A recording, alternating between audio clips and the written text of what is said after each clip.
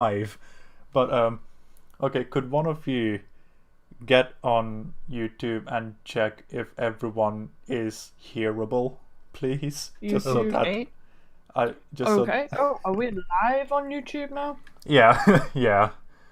Oh, okay then. So if one of you could check if Okay. cause YouTube. yeah, thank you. Just so that I know that all the audio is working so that oh, actually, I haven't unlisted it. Damn it. So it should be visible now. Okay. So Yep, I see it, but I don't know whether we're hearable. okay. I can hear It'll. it. You can hear it. Yeah, I think so. All three Don't of us. talk.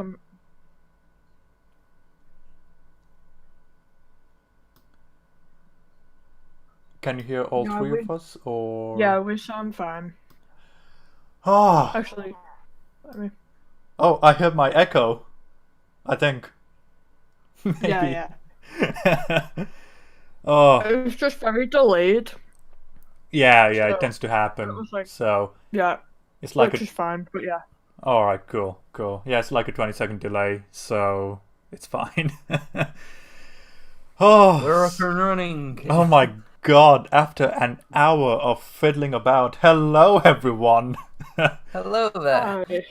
Hello.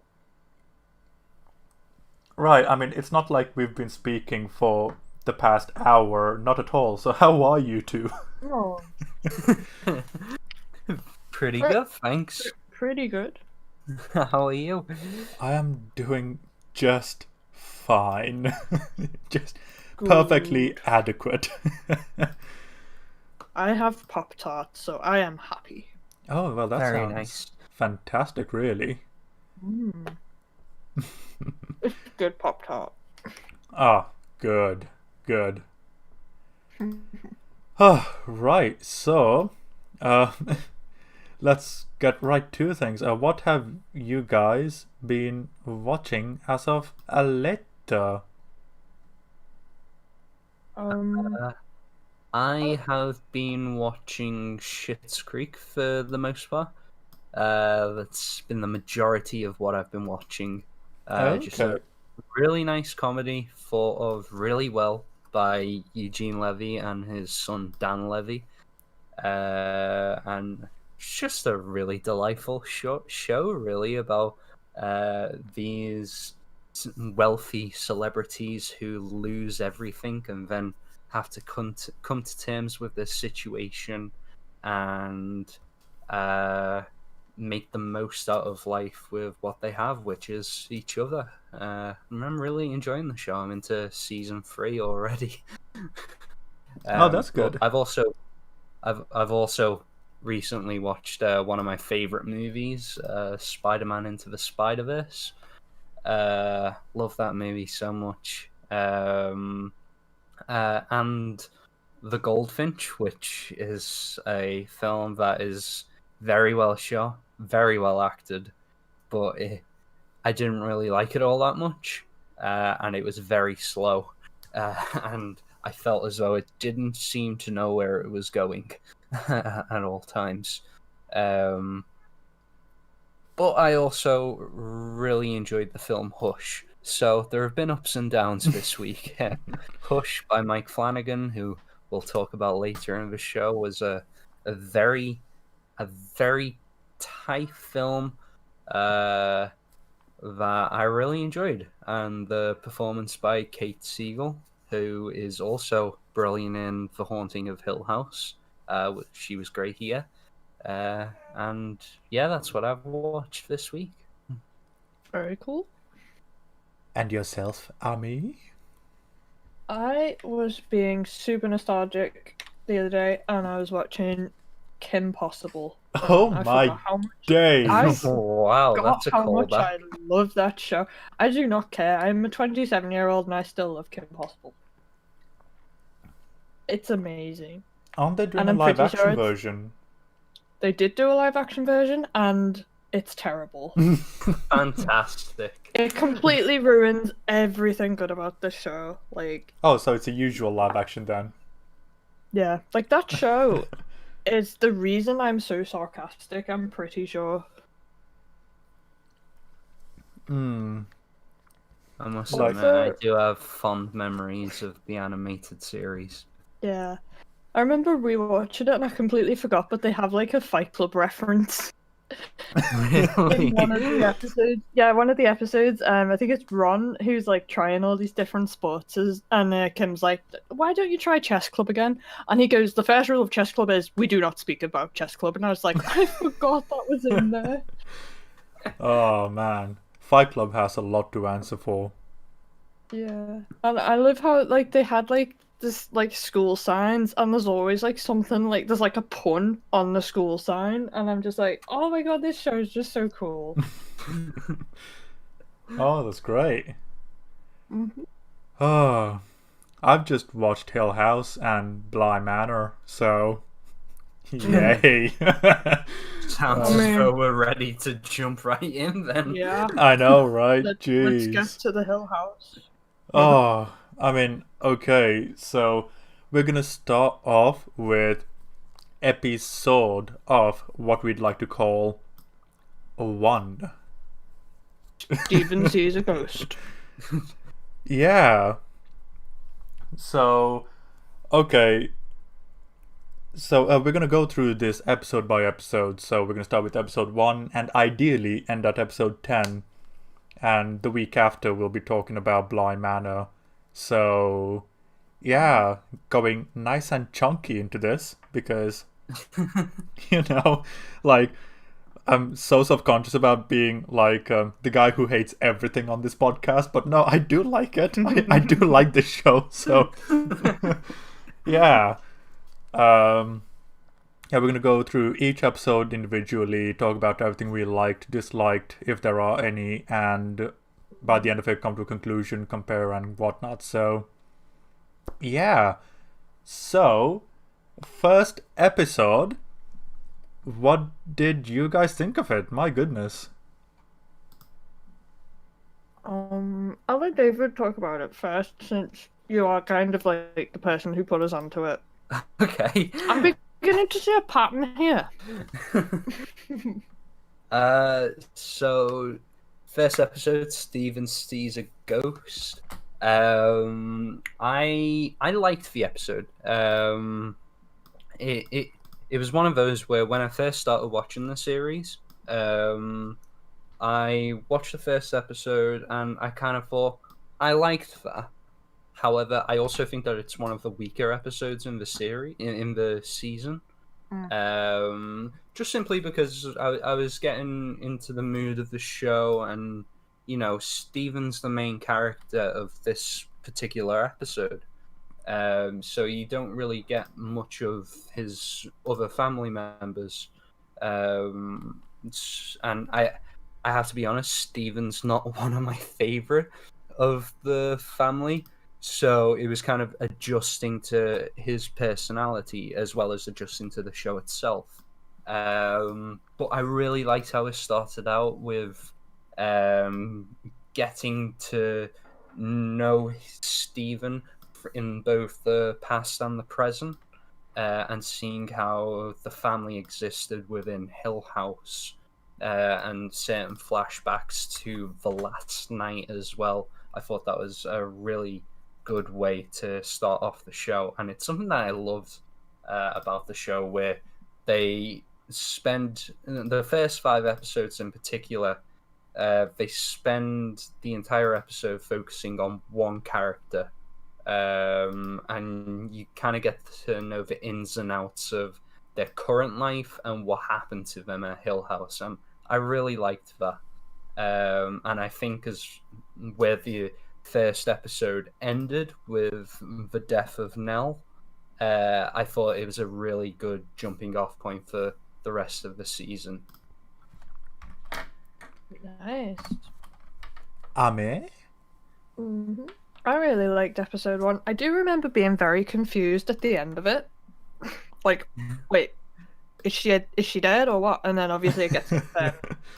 But the fact that it confused me, I don't know. I enjoyed that because it made me want to like watch more to figure out like what the hell just happened. And I think that was part of the scare for me. I was like, wait, so is she alive or not? And part of me, my brain kind of went, is it gonna be like a story where she's literally just been a ghost the whole time? That would have been a plot twist. Like, Yeah. yeah, absolutely. I mean, yeah. But I really enjoyed the way it very much showed you that it was going to be character focused. Yeah, absolutely.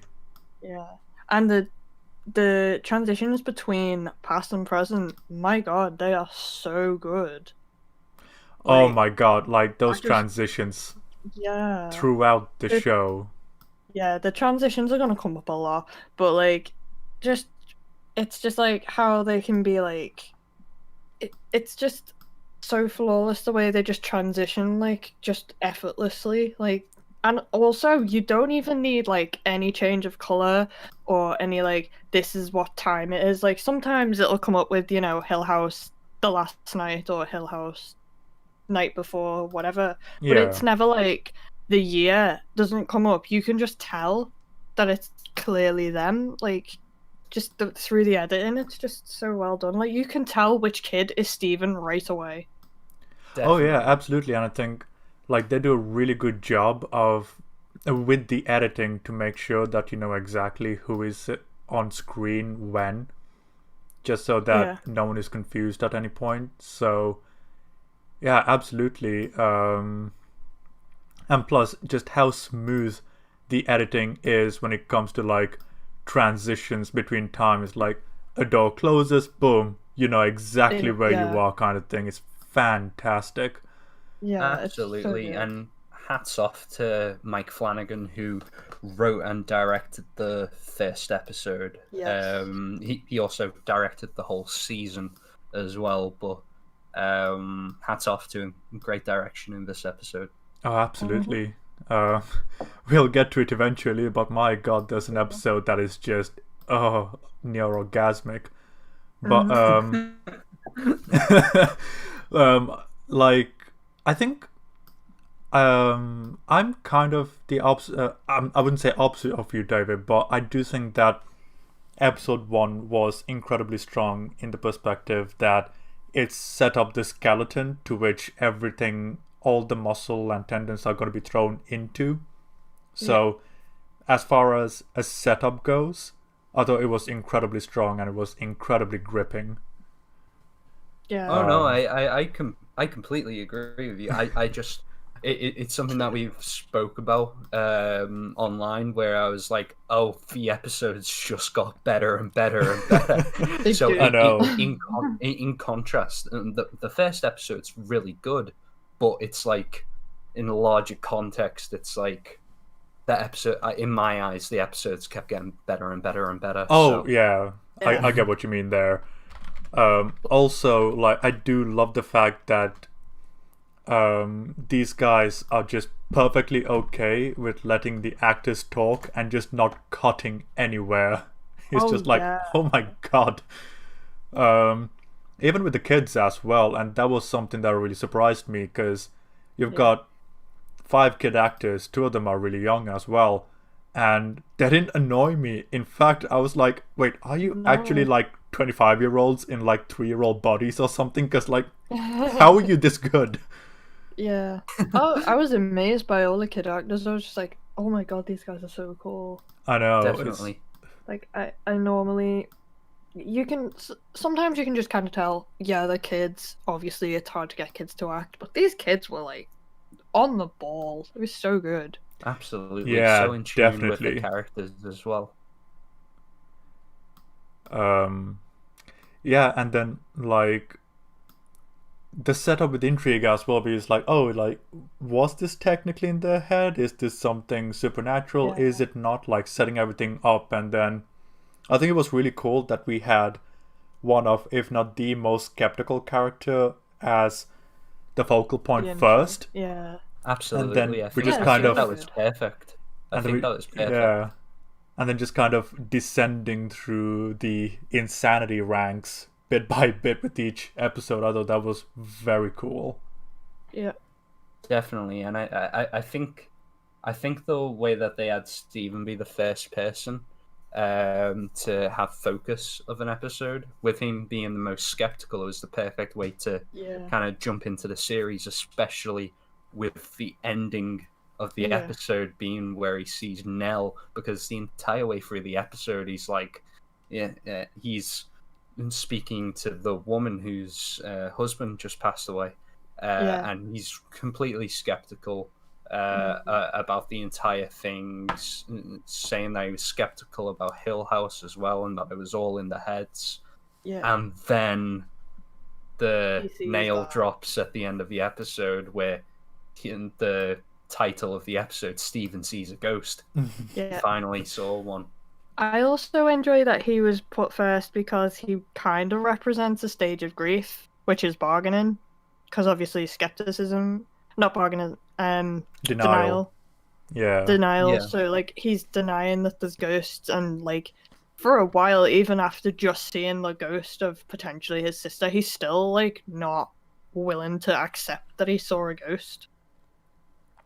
Yeah, and I think Absolutely, and like this is going a bit further on, but it really speaks well to like his position on the family. Like it's like, to him it's a hereditary kind of mental illness rather than ghosts, so Yeah. that really does make sense from his perspective, that oh, Yeah. I'm seeing Nell now, god damn it mom, kind of thing. Yeah. definitely. I can totally get that. Like, I love how it's also, like, basically a story about childhood trauma, and basically, first episode is showing us how, because Stephen was, like, the oldest, like, he kind of took it upon himself to be, like, the protector of all of his siblings, so it didn't really give him a chance to sort of be scared, really, or even consider it, the possibility of it being ghosts. Yeah, and not even all that much time to process it.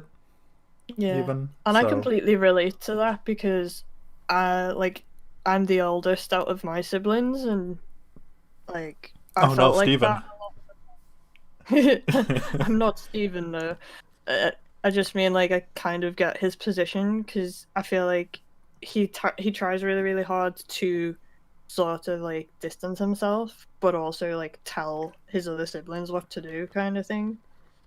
No, I completely get what you mean there. Like you, I'm the eldest of my siblings as well, and I completely understand what you mean. Yeah. I'm an only child. Does that make me Theo? Because she's right in the middle. I guess so. I can imagine being a middle child is the worst. But I wouldn't know, because obviously there's just me and my brother. But I was always like the older one, so I always felt like I had to protect my brother. It took me a while to get out of that, like, mentality. Because obviously now he's in his 20s, so it's like he doesn't need protection from anything. In fact, if anything, he's kind of the one who would protect me. He's like 6 foot tall and like massive, and I'm just I like would hope so. really small. Yeah. But yeah, also setting up the Red Room, which is just Oh yeah. gets the mind going in terms of imagination wise. It's like, my god, what is in that room? Not even the master key can open it. Oh my god. Mm. Definitely, and I think going towards something that you said, Amy, about Stephen representing denial. Yeah. I think it sets the stage for the rest of the characters going forward, and how Yeah. they each represent a certain stage of grief. Mm-hmm. I also love that because I remember like our final film was based around grief, and I'm like, I feel like we're drawn to these like topics. Very true. Are you suggesting that we only find these topics entertaining and good? No. Patterns. My god, you can see them anywhere. But yeah, absolutely. It is kind of on point though, because like I think it's something I noticed, I think episode 2 or 3, like this yeah, it is a ghost story, it is a horror, but at the same time, it's far more of a family drama more than anything else, just really Yeah. focusing on grief, moving on from a loved one dying and stuff like that. So, That's a big thing of horror, though. I mean, death is pretty scary, so it makes sense that it makes such a good topic for horror. unless it's Freddy. Yeah. Yeah, it is true though. Like, death is kind of like the eponymous thing in horror. So, if you treat it seriously enough with good writing, my god, you can go places. Mm. And it's really cool how this episode was just character, character, character, and then Yeah. the plot. I wouldn't even say the plot is overly complicated. It's just a very simple plot, just executed with razor sharp efficiency. Definitely. Definitely, and I think what you were saying about the story being rooted in character and themes like death. I think the best horror is really rooted in some semblance of our own reality and addressing themes such as death. Like you think of something like Get Out and the way that tackled social issues, you know, and racism. And I think that it's really important for stuff like horror to address those themes because there's stuff that we're all scared about, so it's natural to address that. Oh yeah, definitely. I am nodding here, by the way. Just yeah, can't say no to that. Absolutely, I am nodding in a very audible way. Yeah, and also like I love how like you get to see his perspective on everyone, on his relationship with everyone else now. Like when he sees Yeah. Luke, he just doesn't even care about him anymore at this point, and it's like, oh god, look, I'll give you 100, leave the iPad with me. Like he's just that given up with Luke at this point, and he's like, oh god, what? And then it's like, oh, Luke being an addict and stuff like that, and it's very Yeah. very interesting how they so effectively communicate his status in terms of relationship with everyone in such an Oh, efficient yeah. manner. I mean, it's basically very realistic because a lot of people who have to deal with any people who have addictions in their family, they tend to get fed up and not want anything to do with their family. Like, it sucks because it's like I think that's the main way addiction destroys families is because it puts you in a situation where you're just like, right, I can't anymore. Yeah, absolutely. And there's just the way he was portrayed at the time as well. It's like you are very much on Steven's side, and then seeing a different perspective later on was like, oh Yeah. my god, like that's something I love about this show as well. Like in terms of story and content, it's very simple, but in terms of context, my god, there's a lot of it, and it can change your mind so instantly. It's Oh great. yeah. Like Definitely.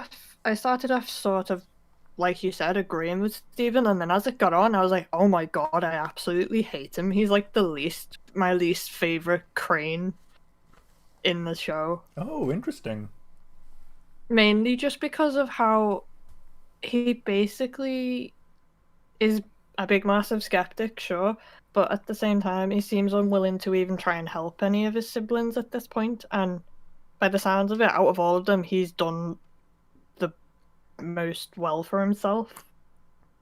So I feel like for me, I was just like, that just makes me dislike him. I suppose, but Like, understand him, but still dislike him in a way, I guess.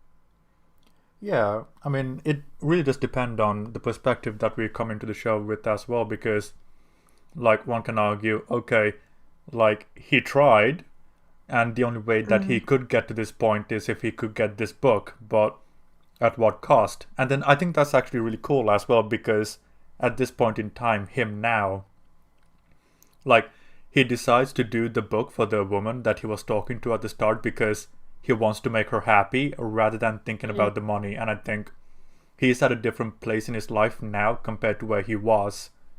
So I thought that was really cool as well. So it's just nuance, man. It's great. True. I mean, Definitely.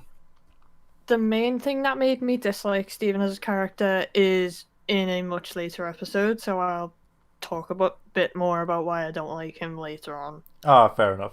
Yeah, Like- sure thing.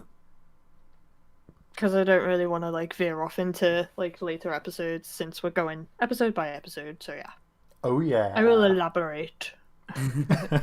Oh yeah, spoiler alert, by the way. Oh yeah, sorry. It's the first episode, but hey, it's alright.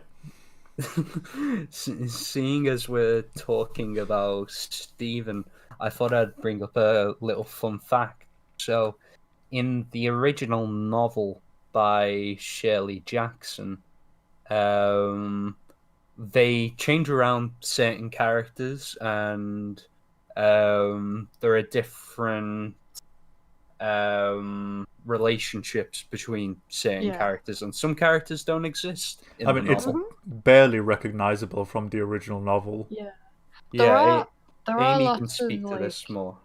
yeah, Like I have been references reading the book. and tidbits, that's about it, really. So, yeah. But there is still a Crane family. Just the Oh, Crane yeah. family aren't the main focal point.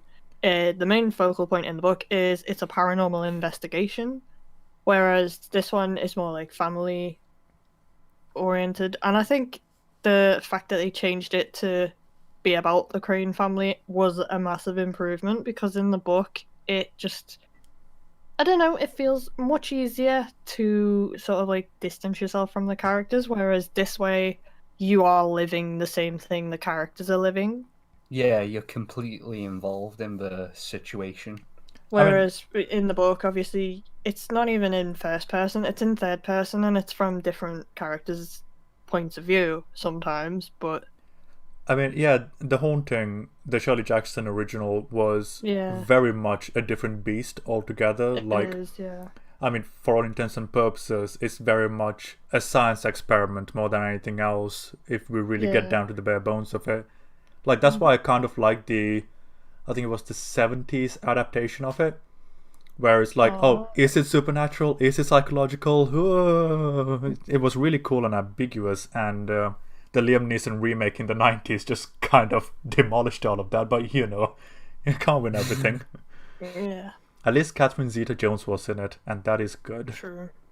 She is. One thing I did happen to have while I was reading the book, or rather, I'm listening to an audiobook of it. How dare you? But yeah, to be fair, it was the only way for me to get it for free. So Oh, okay. I was like, I'm going to audiobook this. And it's alright as an audiobook. But yeah, and there were parts of it where I'm like, oh, yeah, I recognize this bit. Like, I see how they've used that, but incorporated it in a different way. So I was like, pleasantly surprised that there were still. They're like Easter eggs, but at the same time, they've still taken them and worked them into the story somehow. Yeah, I Yeah. think in episode 2, actually, just to briefly jump ahead, seeing as we're on this Shirley Jackson tangent, her short story, The Lottery, is the book that Shirley, here, Shirley, I think yeah, it's the book that she is reading. Oh no, it was the one Theo was reading at the time. Yeah, it was Theo. Yeah. Yeah. I also love that Theo's a character in the book, and they keep the character pretty much the same. Just she's not the Theo in the book is obviously not a crane, so they changed Theo and made her into a crane in this show. That's really cool. Yeah. So yeah, like I was saying, they change around certain characters in the book, and now that, as you were saying, Amy, they changed it to focus on the family of the Cranes. So they had to make up some characters. And fun fact about Stephen Crane, Stephen Crane is not in the novel. A character called Theo is in the novel. A character called Nell is in the novel. And a character called Luke is in the novel. Yeah. Luke However, sorry. I was gonna say Luke in the book is actually one of the people that owns Hill House. Yeah. However, Stephen and Shirley are not in the novel. Now, Shirley is obviously named after Shirley Jackson, who wrote the novel. However, Stephen, fun fact, is actually named after Steven Spielberg because the show is produced by Amblin Entertainment. Oh, sneaky. That's cool. So, yeah, a little fun fact in there. Nice. Mm-hmm. So that's how Spielberg got his start. It's actually a shadow biopic.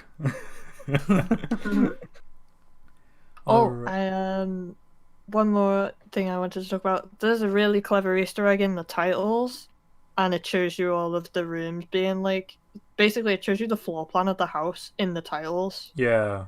In winding corridors, and I thought that was really cool. Yeah, absolutely. I love it's the like intro to the show.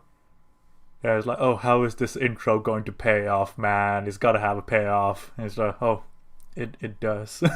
Oh, it has a payoff. I feel as though everything in the show has a payoff. Like, yeah. You know, it's amazing what planning ahead can do to a story. Yeah. I mean, Definitely. It's almost like they tried, and it's wonderful. Throwing shade at Star Wars, of course. But yeah, is there anything else we want to talk about episode 1? No, I think that's it. Yeah, pretty much. All right. Well then, we're going to be talking about Shirley Valentine next. Oh yeah. A very different Shirley. Very different Shirley indeed. Episode 2, Open Casket. Oh yeah. This one definitely gave me the heebie-jeebies and definitely made me go, I never want to go to an open casket funeral ever. It looks fun. No, thank you. I have seen one dead body in my lifetime. I don't want to see any more. Keep the casket closed, please. Well, I know what my funeral's gonna be. I'm just not gonna come up to the casket. It's fine. Fair enough. So yeah, like pretty interesting. Last episode, Stephen was Amy's least favorite. Shirley is actually my least favorite. I mean, I can sort of see why people wouldn't like Shirley. She's a bit explosive, shall we say. I mean, to be fair, everyone in this show is explosive, but she just seems to be able to kick off at everyone for the tiniest little thing, though, as well.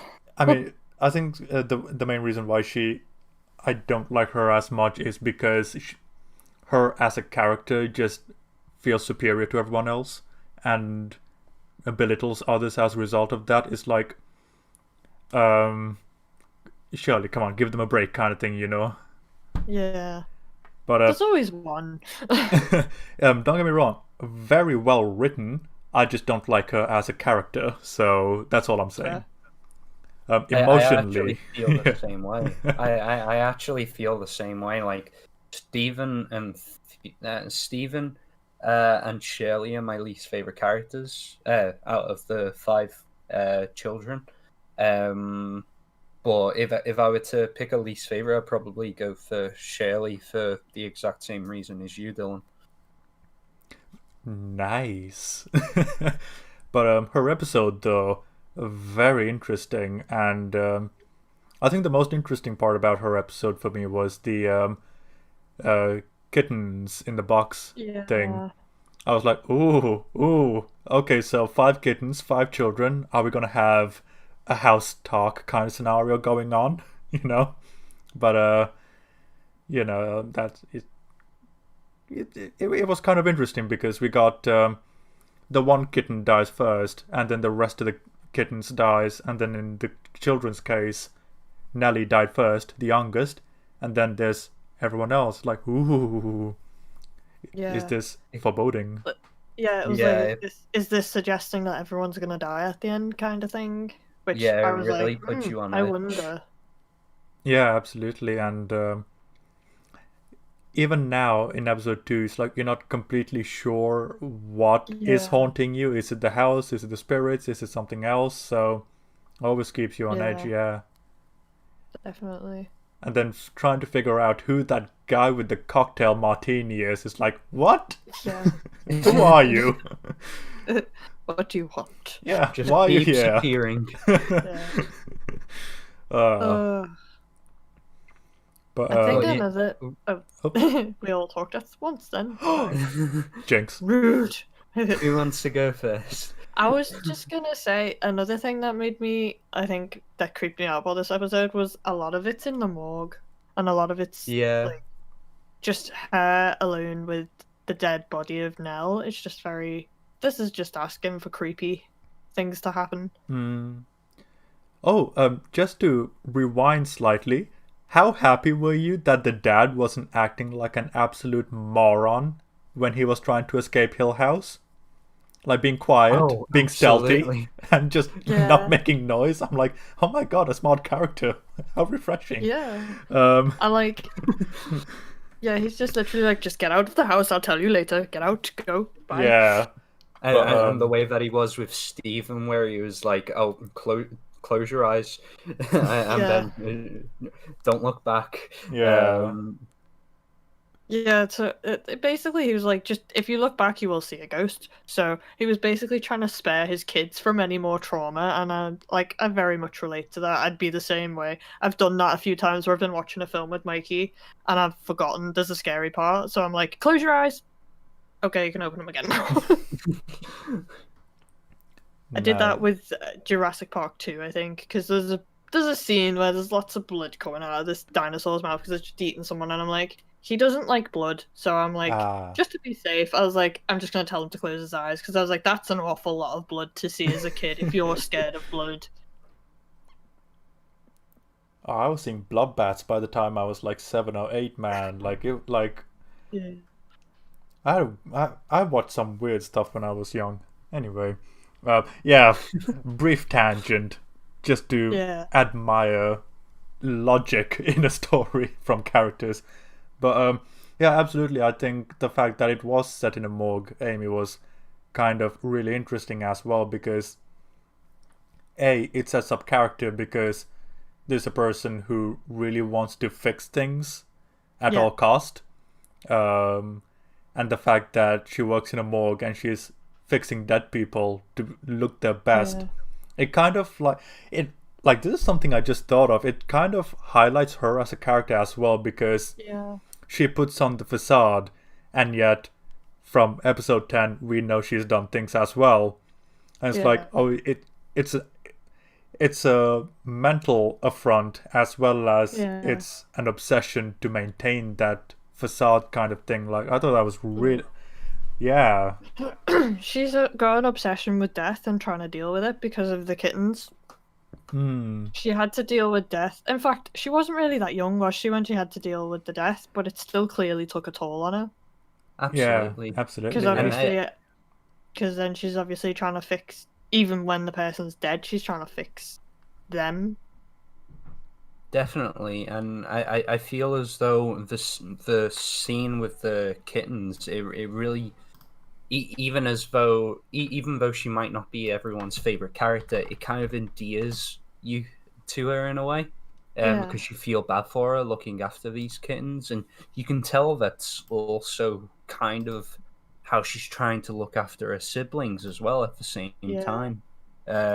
Even though, like you said, she's trying to make them be the best people that they can be, and when they kind of step away from that, she kind of loses it. And she's I think bit of a sorry. Oh no, it's okay. Karen, I was just gonna say she's a little bit of a control freak in that sense. Definitely, and I think going along with the 5 stages of grief, where Stephen was denial, Shirley is anger. Oh yeah. I mean, yeah. Angry outbursts all over the place. definitely. At all the members of a family, and it, like Dylan was saying, it's kind of she's greatly written character, but it's why she's my least favorite of the siblings, because she's always having it's as though she's always having a go at people. Yeah. She, for me, best represents what having BPD feels like, because that is genuinely sometimes the level of anger I have at things, it feels inappropriate, and you do explode at people, and then you feel really bad about it afterwards, and I'm like, it's frustrating for me, because I'm like, that kind of shows what's going on a little bit. Like, it's almost like she can't control her outburst. And that is very much kind of what BPD feels like. Yeah, I think that it's interesting that she's also the only one of the Crane family to have a family. Yeah. Yeah. It is interesting. Or at the very least, kids and a working marriage of some sort. Yeah, exactly. Like everyone else is at different stages of their lives, whereas Shirley, she's got a family of her own, which is very different from the rest of the family, and it kind of goes along with the theme of her trying to put on a brave face and being the best, kind of like the best family in a way, if you get what I mean. Oh yeah, absolutely. Yeah. The most stable of them all. If anything, I feel like that's what causes the outburst, because she's trying so hard to be perfect, and it's like, sometimes you're not perfect and you gotta just accept it, but she's still like there putting the front up until literally she can't contain it anymore, and then she explodes at people. And then not to skip ahead, but as we know, Shirley isn't perfect. Like, one of the things that she prides herself in is her family. And yeah, obviously we find out that she hasn't exactly been the most faithful herself. Yeah. Yes. Oh my. But I think one thing I really appreciated in this episode is also, like, when the kids were asking her about Nellie's death, and she was just okay. And then the payoff to that comes later on as well, but her just saying, look, I'm sad, I don't know why she did it, just leave me alone, kind of thing. But, in a parental way, rather than the way I just did it. Yeah. But, yeah, I think, there are absolutely things about her to like, but the fact that she is so well written, and I can say, yeah, I hate her guts, but my god, she's well written, Yeah.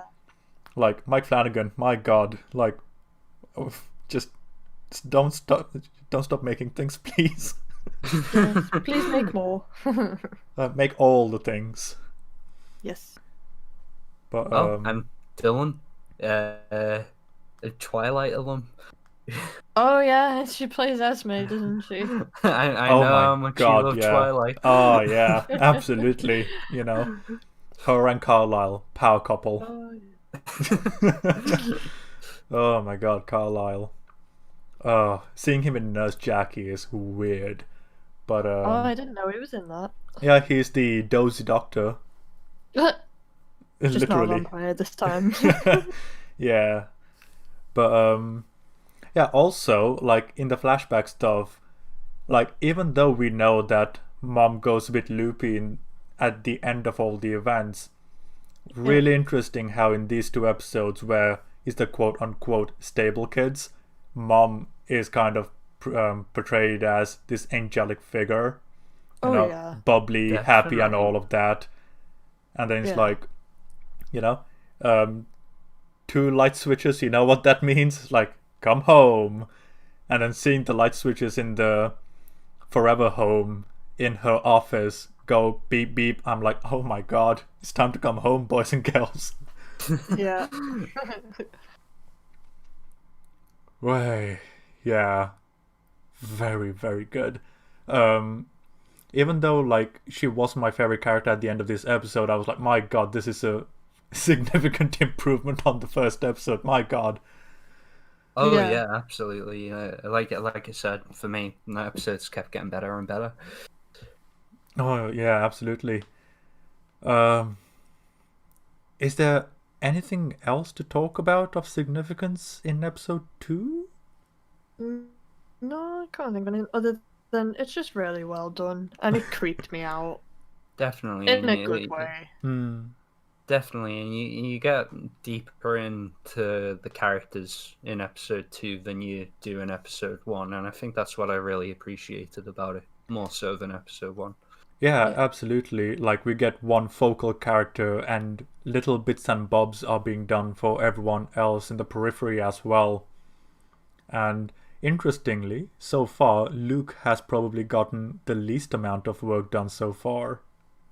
I would Yeah. say so. Yeah. I think Luke got the least amount of development until his episode. Yeah. And Pretty much, yeah. it's kind of cool from a writing perspective as well, because like the family doesn't really think much of Luke anymore. And it's only in Luke and Nellie's episode that you get the most Luke. And I'm like, Yeah. oh, that's kind of cool. Because Definitely. in a really weird way, it kind of shows just how little they care for him at this point. It's like, oh, he's the fuck up brother who's like, who cares? Like, he's gonna be a druggie for the rest of his life, kind of thing. And then the two of them, the twins, you know, it's a twin thing. Oh my god. Yeah. Yeah. Oh. But Such a good cast. oh my Yeah, god, Such a good everyone is. cast. It's like Everyone's casting so- perfection. My god, Yeah. like.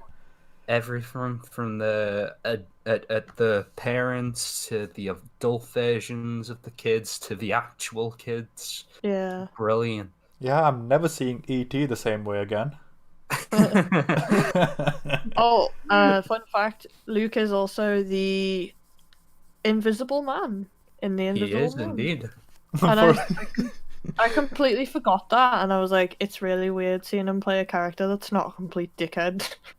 like, for a second, I thought you were gonna say, fun fact, Luke was also in E.T. I was like, what the hell?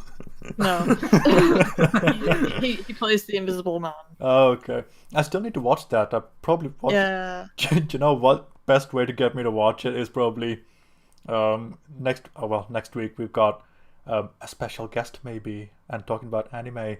But on one of these weeks it's like an Invisible Man discussion. Watch it kind of thing. Yeah. I mean, this is how you got me to watch Hill House and Bly Manor in like a matter of a few days. It was, we're going to talk about it, so I was like, okay, well, I better watch it then. I mean, to be fair, we originally had like 3 weeks to talk about Bly Manor, but you just kind of steamroll through it. It's like, oh my god, I had to catch up with you. Yeah. Once I like something, that's it. I'm very much into it, and it's just like a testament to how good it is that I managed to watch it in a matter of few days, because I literally couldn't stop watching it. It was like an addiction. I was like, I have to know what happens. See, I'm kind of the I opposite. completely agree with you. I was the same way. That's it. That's the best way to keep me intrigued. Is if there's a mystery to it, then I will literally hyper focus on it. Like, I'm kind of the opposite, because if I really love something, I let it simmer and just take my time with it, whereas if I don't like it, I'll hate watch it and get it over with. Yeah. If I don't like something, it takes me a long time to get through it. I mean, that's fair. Like, I have this weird thing where I gotta finish it, so I'm like, alright, get the shit out of the way so I can get to the good stuff kind of thing.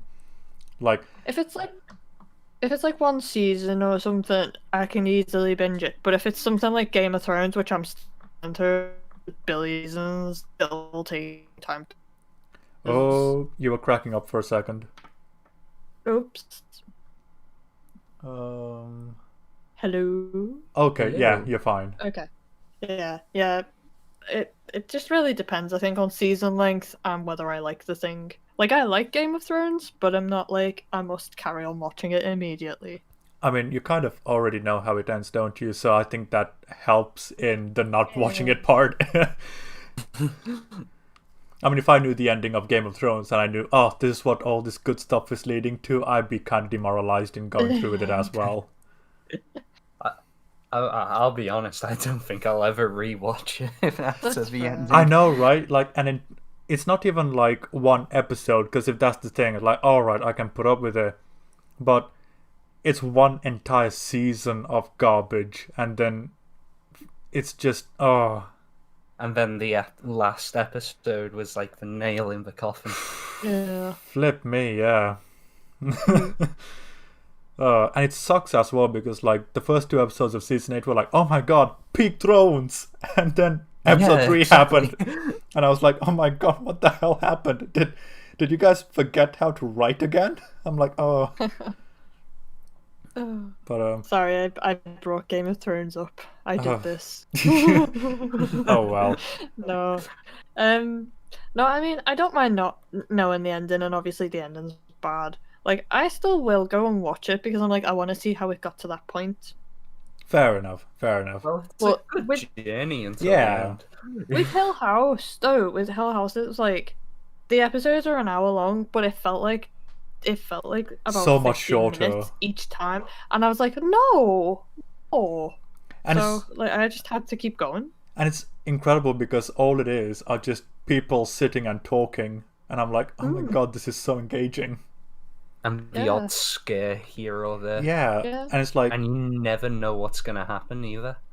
and Yeah. the fact that Brilliant. the writers have the balls to just have a monologue halfway through and just be so fluidly integrated into the scene. I'm like, oh my god, have all the monologues, dude. Do as many as you want. Yeah.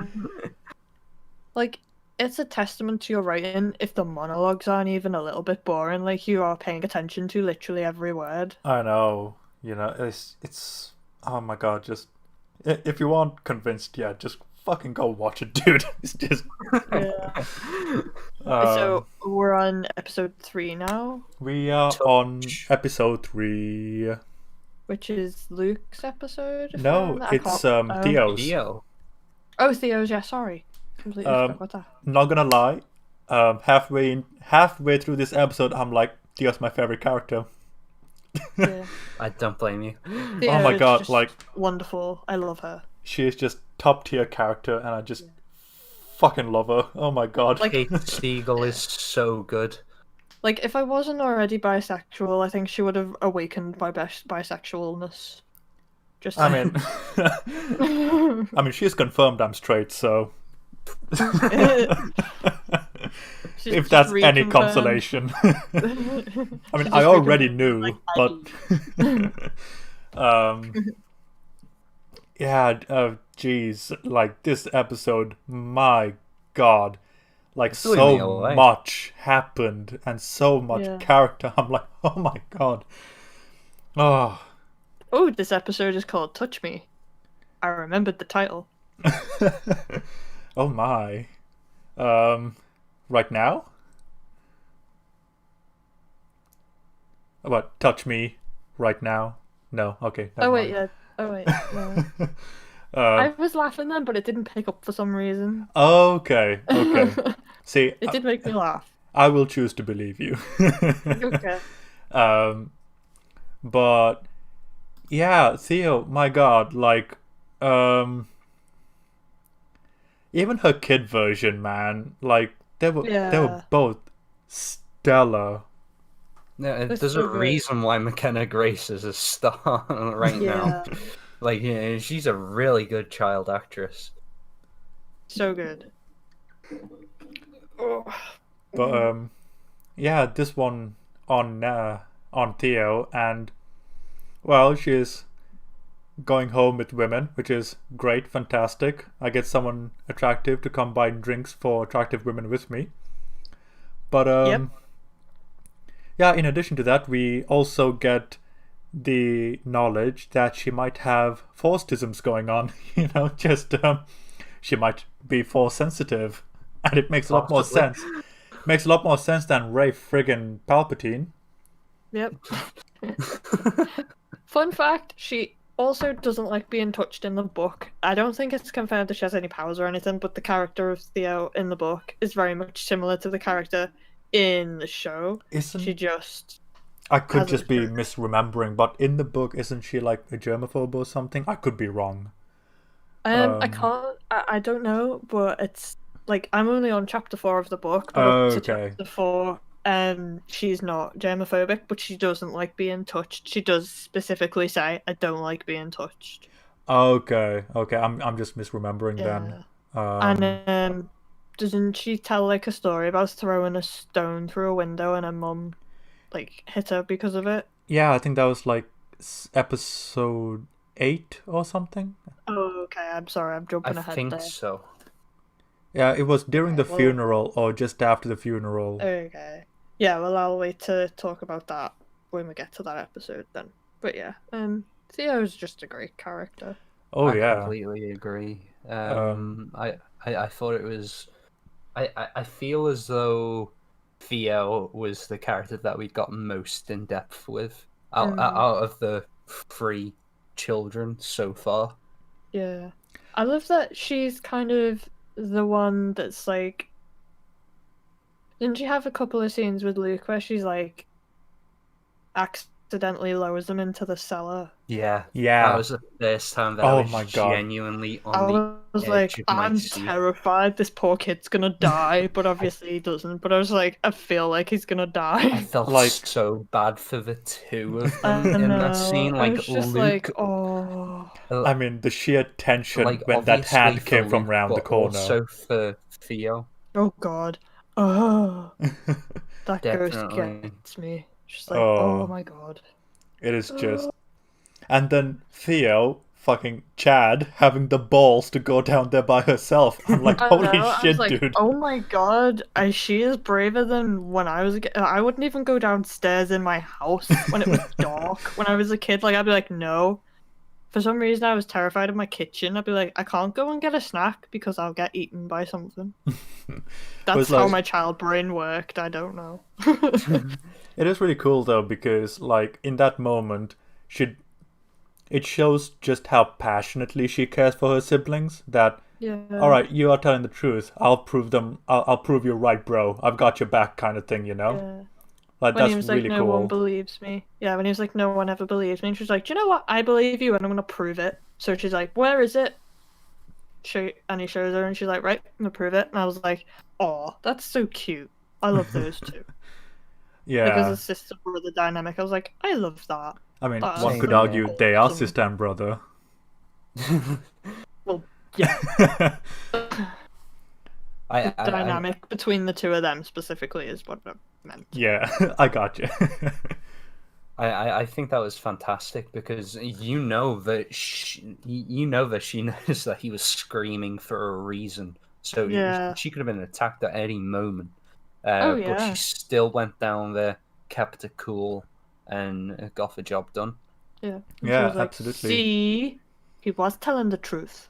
And it's really cool how, like, through the episode, you just kind of go, oh, she felt a bottle in a box. And then by the end of the episode, she's having a full breakdown because she touched her dad on the night they were leaving. And it's like, Oh, yeah. oh my God. Like, Oh, that would mess you up. and then, like, Definitely. knowing that there's the build up and then seeing the stuff with the foster dad in the home and stuff like Yeah. that. Yeah. Knowing just how her powers work, touching Nellie in the morgue and Oh, seeing her that was break down horrible. would have just Yeah. been like, oh my God, I'm so sorry. Yeah, I was like, that is pretty much a really good scare, and at the same time, it's like a really good, oh my God, this poor character.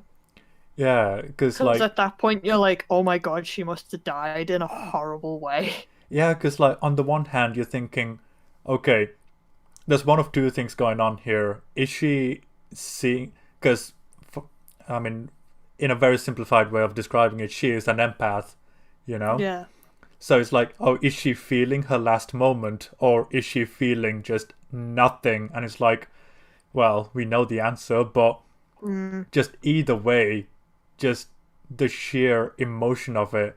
And then Touch Me comes into play because she calls the girl back and then she just wants to just get rid of that feeling.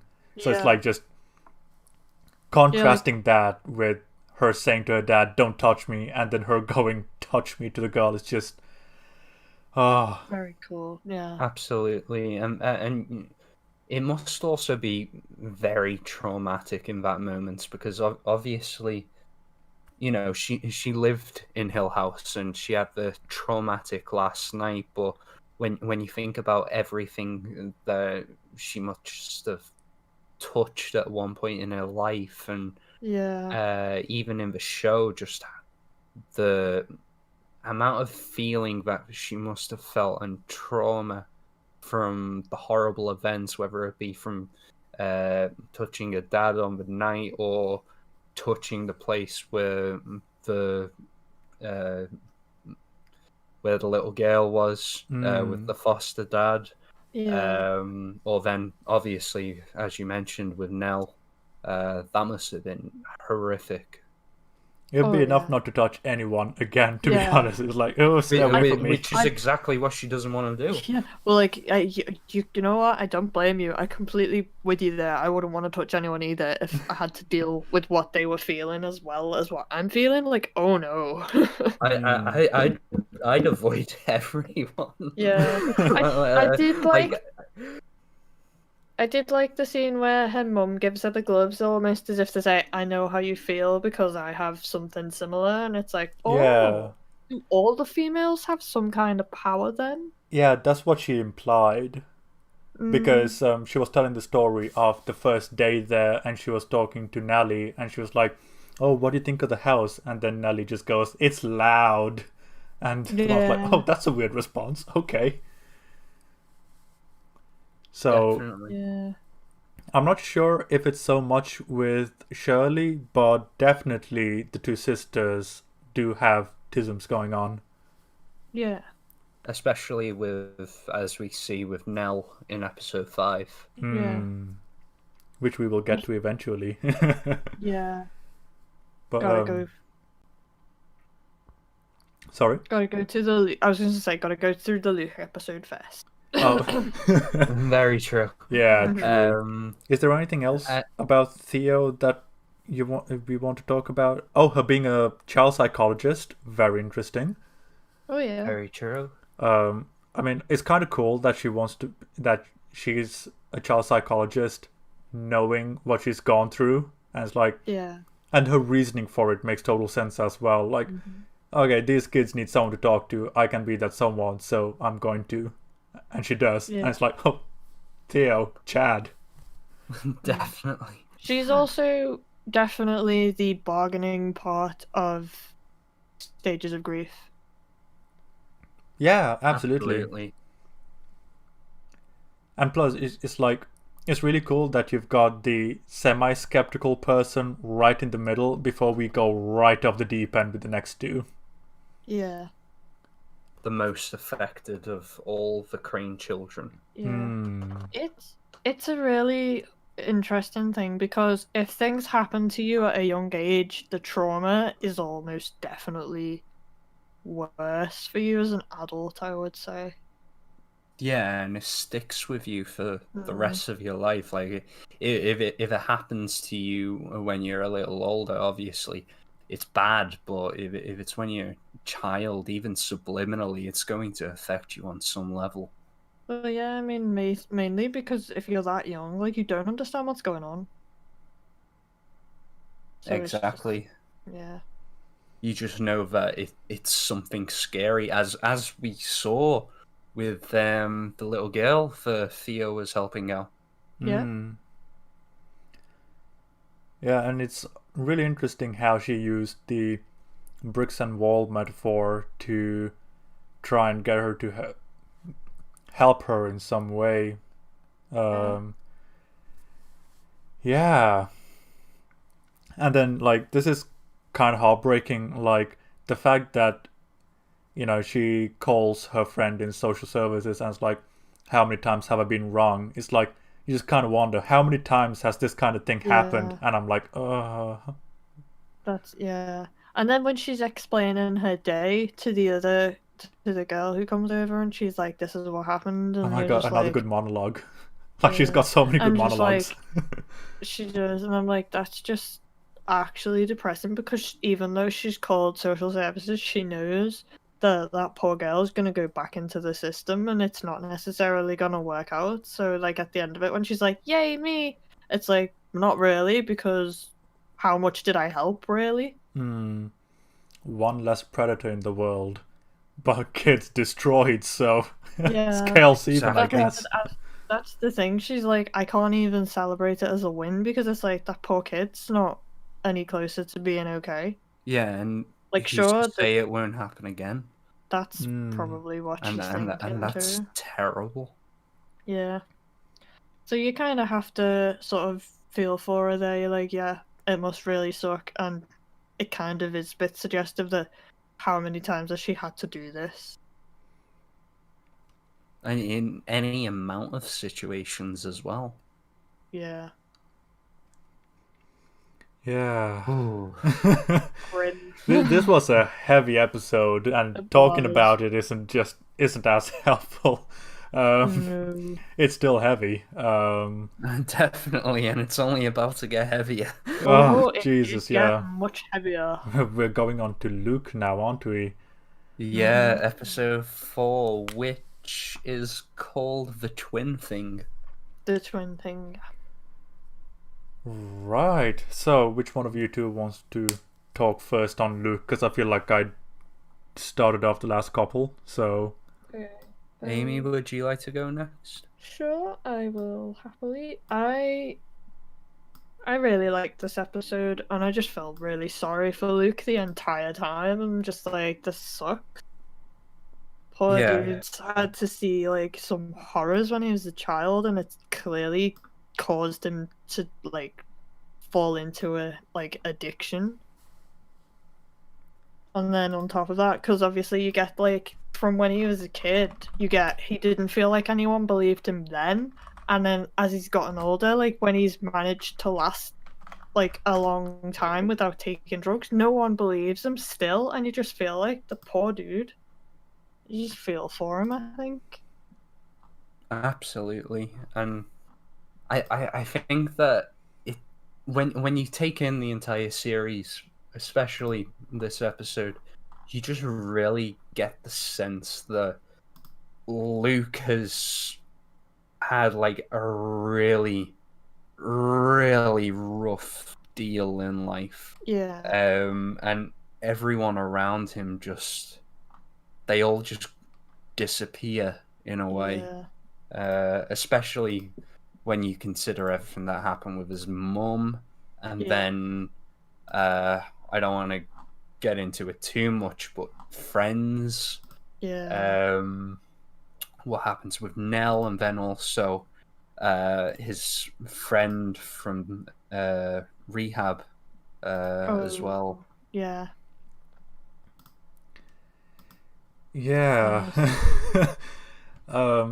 That entire episode, though, was kind of like, especially when it comes to him looking for his friend from rehab, it was like there was kind of a real futility to it. Like, you as an audience member knows, this dude, just don't. But then he believes in her, and that's just like, and then when It's- she finally does leave him to Yeah. and takes his money, you're like, Luke, I can't That's even be grim. mad at you. I know. It's so sad though, because he's obviously like, well, no one's ever believed me, so I'm gonna like give people the benefit of the doubt, and I'm gonna believe them, and he gets taken advantage of, and it's just really sad to see. And it's just like, this poor dude's trying so hard, and no one will give him a break. And then there's also the fact that he's still seeing the bloody ghosts everywhere. Oh my god, Like, that it's a- ghost though. Oh, The bowler yeah. hat ghost is just so freaking creepy. it's like He's so skinny and just ugh. his introduction though. Like, at first you're like, oh, is that a coat rack or something? And then it moves. Yeah. It's like, oh my god. You're like, it's floating. And it's so, because it's like a really old man hunched over, but he's floating and Yeah. using the walking stick. I'm like, oh my god, like it's Oh, such a cool creepy. design. It's Yeah. so unnerving, and at Yeah. that scene where when Luke is hiding underneath the bed, Oh, I I was holding my breath the entire Oh, time as though I I was know. in the Like, scene with Luke. I didn't even realize it because, like, when he, like when he like finally goes, "Oh God, I've got to breathe." Like, I did the same thing, and I was like, "Oh, I forgot how to breathe for a second." It's such a good thing to watch something and feel Yeah. so immersed in it. Yeah, you're like, "Oh my God, And then very spooky." when the kid just does breathe, it's like, oh no. Like, oh, because it goes out of the rooms, doesn't it? And then it's like it hears him breathing, comes back in, and I was like, and then it's like looking under the bed, and you're just like, oh fuck. Oh, like that entire moment was just masterful. Yeah, like that's how you do spooks right. I know, and the Just spooks. suspense. We haven't even spoken about the spooks yet. Yeah, that's It's all been character that we've Yeah, talked about. like I up to this know. point, it's all been character, but now is where it starts getting pretty spooky. And it's like you said, so far we've dealt with the characters who are most skeptical, and now we're in the deep end. Yeah. we're with the characters who are most affected by Yeah. Hill House. Well, given that Luke was only like 6 when this happened, like that would traumatize you on its own. And he sees that ghost, like he's already had to deal with the ghost in the cellar. Then he's had to deal with the really thin, creepy dude, and it's just like poor kid. I don't really blame the dude for, Yeah, like, trying to chill out the best way that he can. yeah. And it's Ugh. so cool how they actually had the link between the two of them set up as well, him and Nellie, where it's like, Yeah. oh yeah, it's a twin thing. It's like, and then him telling the story of, oh, I broke my leg one time, and she called me saying, oh hey, is your leg okay? I kind of had Yeah. shooting pains. What's up? Like, oh, I kind of broke it. Yeah.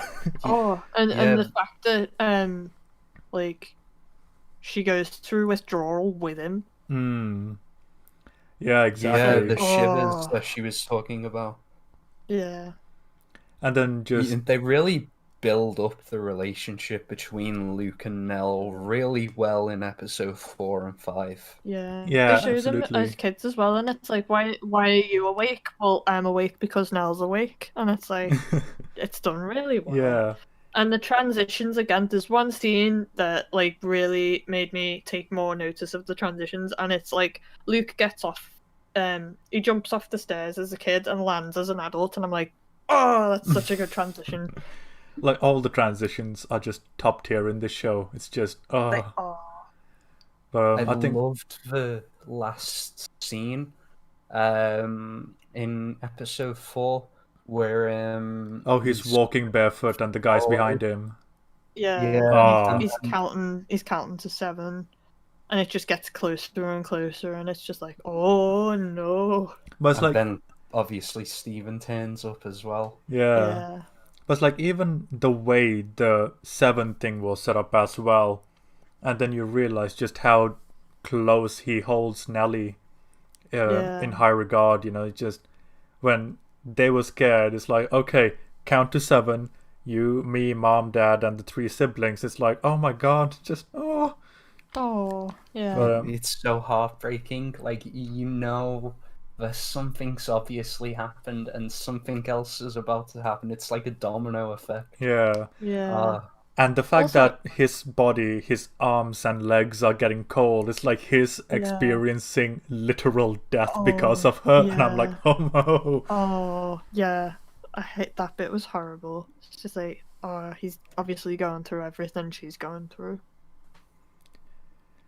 And do you know what? One of my favorite moments was from when they discovered the quote unquote telephone to the master bedroom. Oh yeah. And then they hear a noise, him and Oh. Nellie, and he was like, what was that? And Nellie's like, you're scared. How do you know? Because I'm scared. Yeah. Also, one question: how the hell did Luke's eyesight get so much better? Because damn, the kid looked like he had serious prescription glasses, and then he's just magically not even wearing contacts. It's like, what the heck happened there? Laser eye. Did he get bitten by a spider? He put on a smooth Scottish accent and moved to England. That's what happened. Oh yeah. We'll talk about Bly Manor in time. My God. Yeah. Obviously, Luke's depression. Oh yeah. Luke is very clearly depression. Absolutely, and yeah. Can you blame him? Like, if I had to go Not through at all. crap when I was 6, I would probably. Oh wait, I have depression anyway. Never mind. I was gonna say I probably would have depression, but like, oh wait, no, it's okay. I already have it. I suppose you could say even severe depression. Well, yeah, seeing literal ghosts probably wouldn't help your depression, though. That would mess anyone up, really, wouldn't it? I suppose it depends on the kind of ghost. Like, if it's with Yeah. Casper and he's got a ciggy in his mouth with a beer, I'm like, That'd amuse me. I guess you could argue, like, that's kind of what depression is sometimes, seeing ghosts. And also, another thing Absolutely. that ties into it is when you're depressed, quite a lot of people tend to not believe you about how bad it is. Yeah, it is, though it's not as bad Yeah. as you think it is. and Because it's, they don't go through it. Like, I think that aspect of depression is really highlighted in the interaction that we show between him and Steven during his 30-day Yes. mark. yeah. Yeah. So yeah, absolutely. And also, like, talking about ghosts, to go back to the first episode real quickly, Steven talking to the woman, it's like ghosts can be anything. It can be a memory, it can be a person, it can be a thing, you know? So Yeah. I thought that was really interesting as well. So Yeah.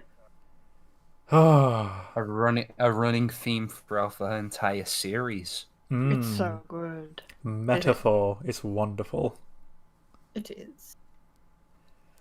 I love the fact that I think it's the last couple of lines of the episode where Steven tells Luke that Nellie's dead. Yeah.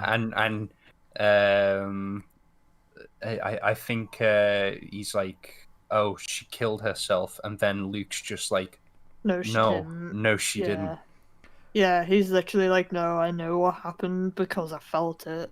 Yeah, and plus, like, Luke's performance when he finds out that Nellie's dead is just like, oh my God, you can see his heart breaking. I'm like, my God, man, you're a good Yeah. actor. Oliver It's very Jackson good. Cohen was fantastic in that moment. Oh, like, once again, man, casting in this show is top tier. Yeah. God tier. Oh, God tier, one could say. But, You know what? Thinking about it, it was kind of apt that you brought up Game of Thrones before, because is it Mikhail Huseman who plays Stephen? He was on Game of Thrones. oh yeah, Dario, wasn't it? Oh, I Yeah. wondered why I recognized him. I was like, I know you, but I don't know what you're from. Yeah, he was Dragon Lady's boy toy for a while. Oh, yeah. Oh, yeah, no, I know. The replacement for Ed Skrein. I mean, hey, you know, what a replacement. Mm. You got Francis or Steven? Should we Oh, get actually, on to... that kind of reminds me, like, there's a Deadpool reference in my Ilona Holmes video that I'm working on. So hey, Woo. it is coming. I've decided to put it in different chunks as opposed to one solid video. So Oh, fair. it's gonna be Very like nice. 7 videos, 20 minutes each. Can I So also say, and it's completely unrelated to Hill House. oh but- yeah, sure. I mean, neither was what I was saying. So I know, but it's related to what you were talking about. oh no. Is it a no? Relationship free. Oh yeah. Very nice. I really Oh. like it, my friend. Oh, that's good. Especially the ending, with how it kind of leaves off the conversation, shall I say. Yeah, I mean, See, there's a very simple reason why. It's because, do you know what? I've kind of built up the reason why she doesn't want to share. It's just nothing I say is going to be good enough, and I don't know what's good enough yet, so I'm just going to leave it at that. That's it. Well, I quite liked it. That's good, man. I'm glad you liked it. Oh, yeah. Like, legit, that's probably the best performance I've ever seen Tom give, and I told him that as well. So it's the one compliment he's gotten from me. Oh. Okay, I need to see this film then. Oh, yeah, thanks, man. I'm glad you enjoyed No it. problem. Should we move on to what could be the most heartbreaking episode of the season? Oh, well, I mean, It's we also could my do. favorite episode. I probably it might be mine. Mine's episode 6, but Episode 6 Fair. is fantastic. my god, episode 5's close. Episode 5 is like officially my favorite. Yeah, I mean, we've had 4 stages of grief and 4 siblings. Logically speaking, we come to the youngest, Nellie. Mm-hmm. Could she even Bent be? neck lady. Oh, The bent neck lady. Episode Freaking 5, creepiest the bent ghost neck ever. lady. but could she even be counted as acceptance, though? I mean, I would say so. I would say yeah, because she's kind of has to come to terms with being dead. She is Fair enough. acceptance because she is dead. No, it's not because she's dead. It's more, I would say, when she's a ghost Okay, okay. later on. It's more the acceptance part. Like this episode, definitely, you could argue it's not really acceptance because she's just got to come to terms with it.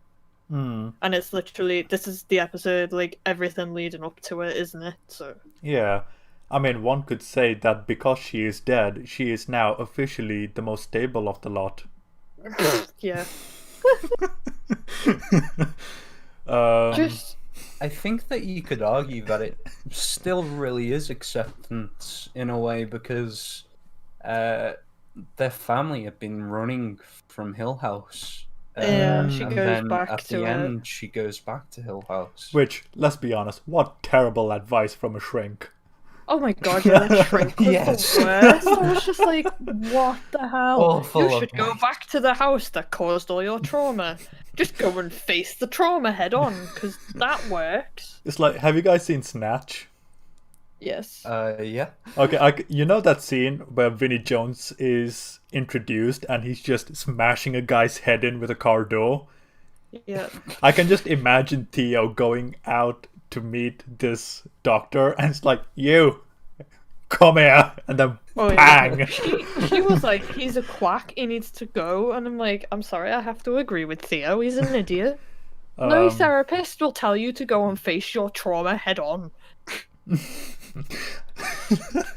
Oh, I just remembered. Fun fact about that therapist. I could be wrong, but I believe that might be one of the stars of the 1963 adaptation of The Haunting. I remember hearing something about that. Yeah, I heard it very briefly. I could be wrong, but let me double check. I think it's true. Doubly check. W. Hunting of Hill House. Let's go to episodes because it'll be much easier. Episode 5. Come on, chop chop.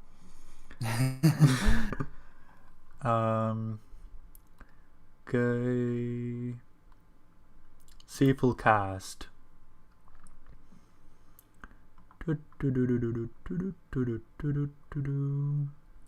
Dr. Montague Ross Tamblyn was in the original Haunting as Luke. Oh, nice. He was in Drive Oh, okay. and Twin Peaks. Jeez, he's been Oh around. wow!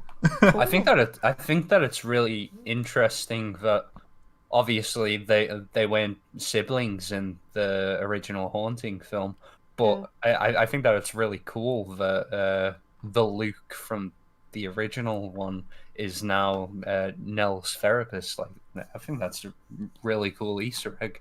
He was in Django Unchained.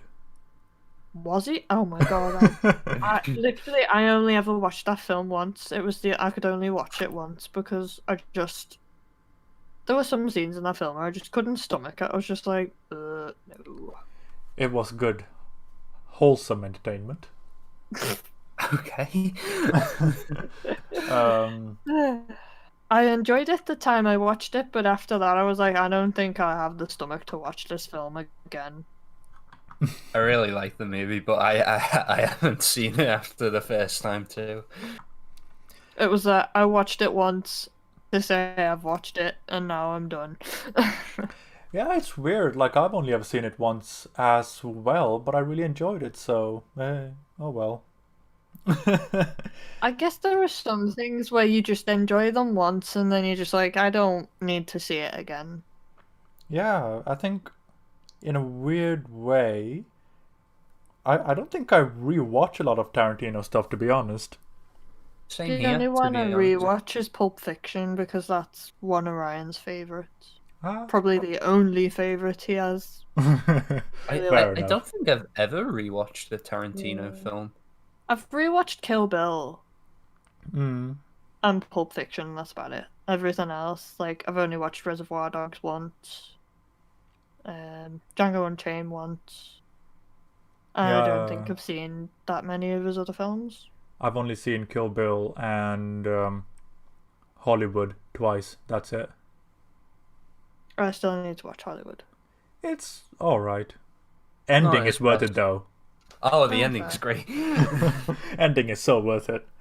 Cool. Like, I And remember... I Oh? believe Victoria Pedretti is actually in Once Upon a Time in Hollywood. Yes, she is. Probably. I love Victoria Pedretti, but my introduction to her was in the show You. And she... Oh, the one with fucking Penn Badgley. Yeah, Ah, that was my introduction to her as an actress, and I was like, oh my god, she's insane. I love her. But yeah, she's one of she plays one of The Manson girls, innit? Manson family, yeah, yeah. in Once Upon a Time in Hollywood. So we're finding connections everywhere. We are. We are. Um, But yeah, episode 5. Oh god, What yeah, do you Hill guys House. think? Do you know what? Can we just admit that this is the one episode where we've got the most amount of lightheartedness? Yeah. That's actually a really weird fact, but I think It's you're very probably weird, right. Yeah, it's like, oh my Episode god, has- she meets the doctor or sleep therapist, whatever he wants to be called. Yeah. Oh, he asks her out in an awkward way. They get married. Oh, they find out Nice and Theo's lesbian heartwarming. or gay. Oh, It's all the way happy. they found out Theo's lesbian is so funny. Like, no joke. They're like, wait, who's there? I reckon it's this dude called Kevin or something, and it's just like Theo walks out. It's like, no joke. Like, sometimes. Wholesome. There's such a wholesome moment. Yeah. Like- I love how they're waiting for Shirley to realise as well. They're just like stood there watching her go, wait for it. Uh, Face. It So took her good. 10 minutes. Like But, the like- face Shirley pulled, I'm sure that's the face my dad pulled when I told him I was bisexual. It's so funny.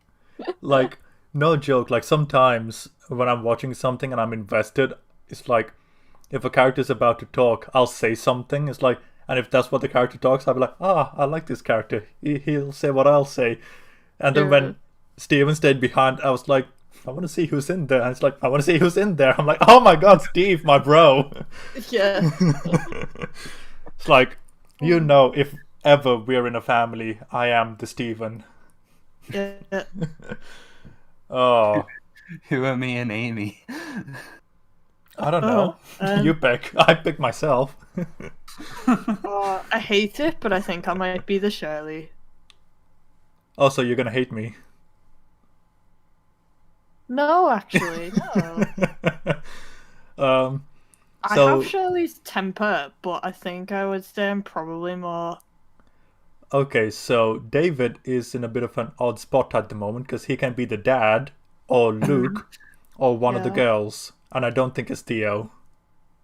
I don't think I'm Theo. I think I wish I was Theo, but I don't think I'm cool enough to be Theo, so I think I'm Nell. As depressing as that is. I'm gonna die. Well, I mean, I am eventually. I'm not. I don't think I'm Luke. I do like Luke though. Yeah. I don't think I'm Stephen. I'm not Theo. I'm not Shirley. You are the dad or mom. Or one of the Dudleys.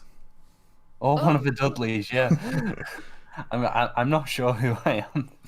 I'd say that, like, I feel like you have a similar, like, the dad seems quite cheerful as a character. Yeah. I feel I like could you're- see me being Hugh.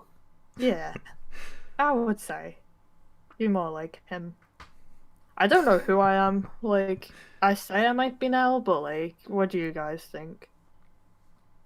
I don't know. I mean, ugh. I'm not I- too I- sure. Maybe, yeah. Yeah, I can see it, but then again, these characters are so well written. Anyone could be Yeah. them. Yeah, Very, I mean, very relatable. my brain just goes to I'm probably a smush of all three of them. Oh, But I have a lot of Luke traits, given that I've suffered from depression a lot as well. so that means you are Luke by default. Okay, fair. I'm Luke then. All right, cool. At least he doesn't die. Yay! Okay, so I think this is the first time it comes to a point where in retrospect, I'm not too happy with the way it was handled. Like Oh, okay. the husband's death being a freak accident. I'm like, yeah, you wanted the death, but you didn't want it to be the bent neck lady. But Yeah. that just seemed kind of like, I mean, it didn't break the immersion, or it didn't make it like, oh, this show is bad now. But I'm like, No.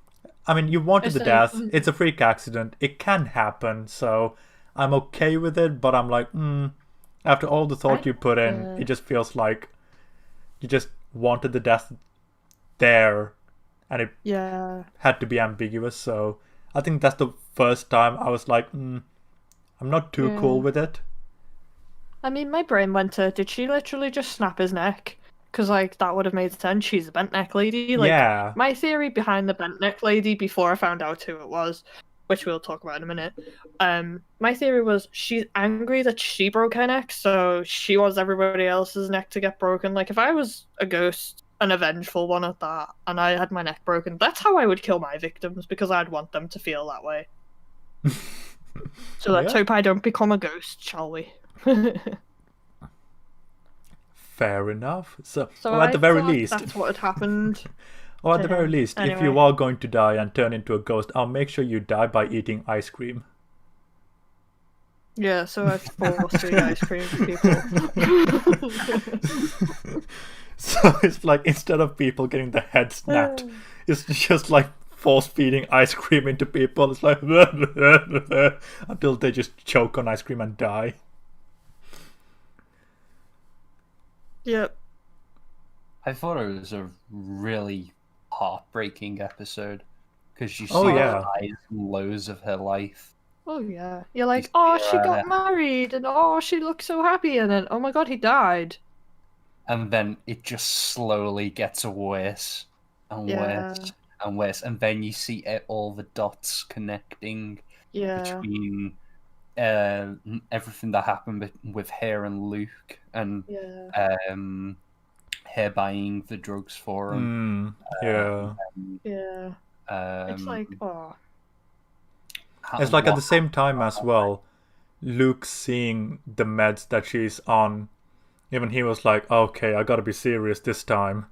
You know, so when that contextualizes his 90 days all the more in retrospect. Yeah.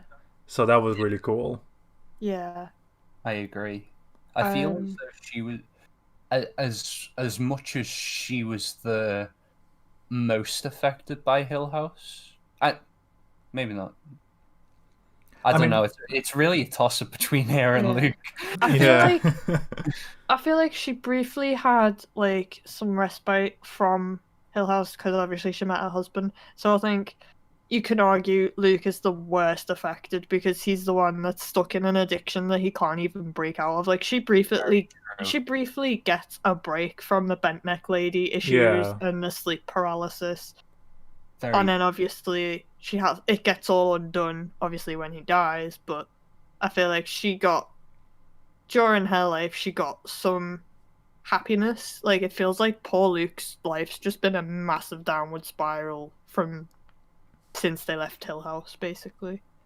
I'd even argue since they were in Hill House. Well, yeah, since he saw the first ghost, I would say his entire state of mind's probably downhill.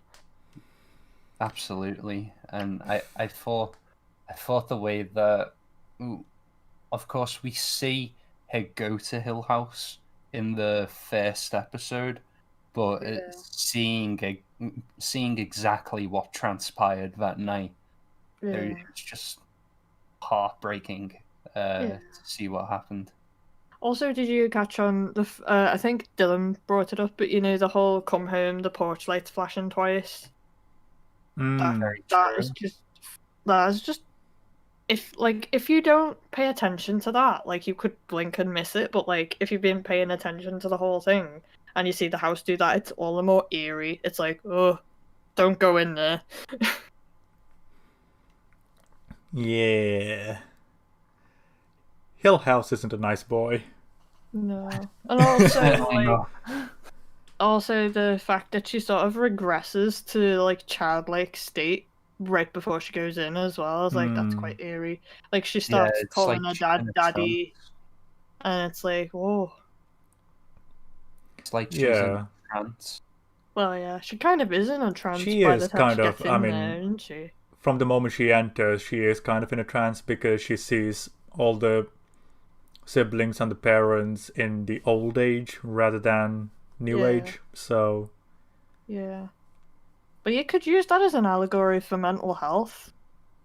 That it's sort of like being in a trance. It's kind of interesting because in a really weird way, that version of things, it's almost like, I mean, this is before we knew what the house was really about. It's like the house was kind of picking the most ideal version of her life and then allowing her to live it just before, quote unquote, killing her.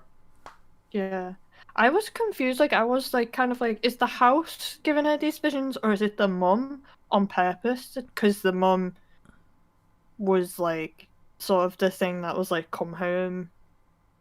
And Do you know she what? writ come home on the wall. So I was like, is it the mum's ghost that's kind of causing these like visions to try and convince her to kill herself, basically? I was really hoping that it wasn't the mom, because from everything that we have seen, she seems to be just as much of a victim as everyone else, and I feel if it was her as opposed to the house, that would really hurt her as a character. Yeah. I wasn't, like, that's what I mean, I wasn't sure. Like, it's starting to seem very, but, like, it seems like the house just used the ghost of her mum rather than the fact it was her mum, because the house itself is kind of like a monster. Like Monster House. But yeah, I mean, it's almost like the house is like feeding off people's negative energy, isn't it? So absolutely, like we see that obviously later in the series with the Dudleys as well. Yeah, but yeah, just the way that it all transpires, because as soon as she gets to the top of those stairs, you're like, she's going to die. And I was like, I felt really bad because it was literally like the mum giving her that necklace that she said she'd give her. And in reality, it was a noose. And then by the time she's realised, it's far too late. But I thought that the shot where she literally goes through every version of being the bent neck lady, I was like, oh my god, That that's was so well horrifying. done. It's horrifying, but it's so well done and like well shot. And then you're like, that completely explains why the ghost was saying no to younger Nell. And then it's like, Absolutely. how Mm. grim. She basically saw the ghost of herself the whole time. She Yeah. saw how she would die. Yeah. And it's kind of brings up a really interesting thing with the show as well, because now you've also introduced a time mechanic. It's like, okay, Yeah. Like, so oh. is this kind of like you can affect the past and it'll change the future, or is this like a self fulfilling prophecy? fulfilling prophecy? Yes, that's the word I'm looking Yeah. for. Where it's predestination, it's already set out, and you're just kind of going through the motions, kind of thing. So it's like Yeah. questions, man, loads of questions being Oh yeah. asked at this point, and it's just like, That oh was my rude. god. And Yeah. then obviously, like as you were saying about the time mechanic, you also have the idea of confetti, as Nell would say, like Yeah. throwing up a ball of confetti and Mm. little bits going everywhere, Yeah. spread throughout time. See, I was really worried because, like, when you're messing with time in a show, you Oh, better yeah. fucking nail it, dude, because if not, it can go so Yeah. wrong. Understandably. Hmm. Oh, do you know what? It just came to me, but in episode 3, we briefly talked about it in episode 2, but the mother telling the kids how she felt, and then seeing Theo tell her what to say to the kids because she Oh, hates yeah, being that lied one. to. I was like, oh Yeah. my god, Theo, yes. One more Yes, reason why she's awesome. I loved that because I was like, I agree. Like, you should not lie to kids about some stuff. Like, you shouldn't lie. Period to them. Maybe like omit some details. Like, you don't have to go into the ins and outs of why their aunt killed themselves, but to not even talk about it Yeah. would be worse. And then I think it really highlights a bit of Shirley as well, because like she's so frightened that she's willing to just say everything that Theo told her, as opposed to trying to find her own way of saying the same thing. So it kind Yeah. of shows a really weird dependence that she has on the siblings as well. Oh yeah, it shows there's a massive codependence between Shirley and Theo, I think. I think so too. Yeah. Also, yet another symptom of what you would call depression, suicide tendencies, drug addiction, Yeah. codependency. Big thing. Yeah. So Yeah. Codependency is definitely, I would say, a big, massive trauma response as well. Hmm. There's a thing I called think we see trauma that. bonding, isn't there? So I feel like there's a bit of that going on too. Yeah, I think absolutely. I Especially think we with see- Luke's episode, because that's what the lady who was running the clinic was like. Okay, you can't attach your recovery to someone else, because if they relapse, what's gonna happen to you, bro? Yeah. Very true, and I think It that we is very see that true. with all the characters to a certain extent. Like you said with Luke and his friend from the clinic, and then also Nell and her husband, and Nell and Luke, and Yeah. Theo and Shirley. Not sure if there was anyone with Stephen, but I think Stephen is very much the denial part all the way throughout, because he does not want to be Yeah. part of the codependence. I suppose you could say his wife is, based on what we learn later on. Yeah. But yeah, everyone does have their own version of codependence. I mean, even the dad has his own version of things. So Yeah. But yeah, it's my favorite episode. But episode 5 is absolutely heartbreaking from like start to finish, because she's dead already. So you like basically waiting for like how is she gonna die, basically. And you know what? So far, we've 5 episodes in, and we've seen 5 perspectives of basically the same 2 days. And I'm like, Yeah. oh my Very god, this is incredible. It's so good. I really like it when stories sort of, I don't know what it is. Character-based stories are just really interesting. I enjoy them a lot. What would you say is better, plot-based stories or character-driven stories? Depends really on think it execution. Also, I guess for me it depends on what the story is, because it depends on what the story is, whether it would suit being character driven or whether it suits being plot driven more. Okay, so here's an example. I really like Dunkirk. Barely characters in it. Very true. So, conversely, because we're talking about it, I like Hill House, and that's all character. So both can work. Execution is what counts. Very true. It's like I always say, there's no real, truly bad idea. It's just execution, man. Execution.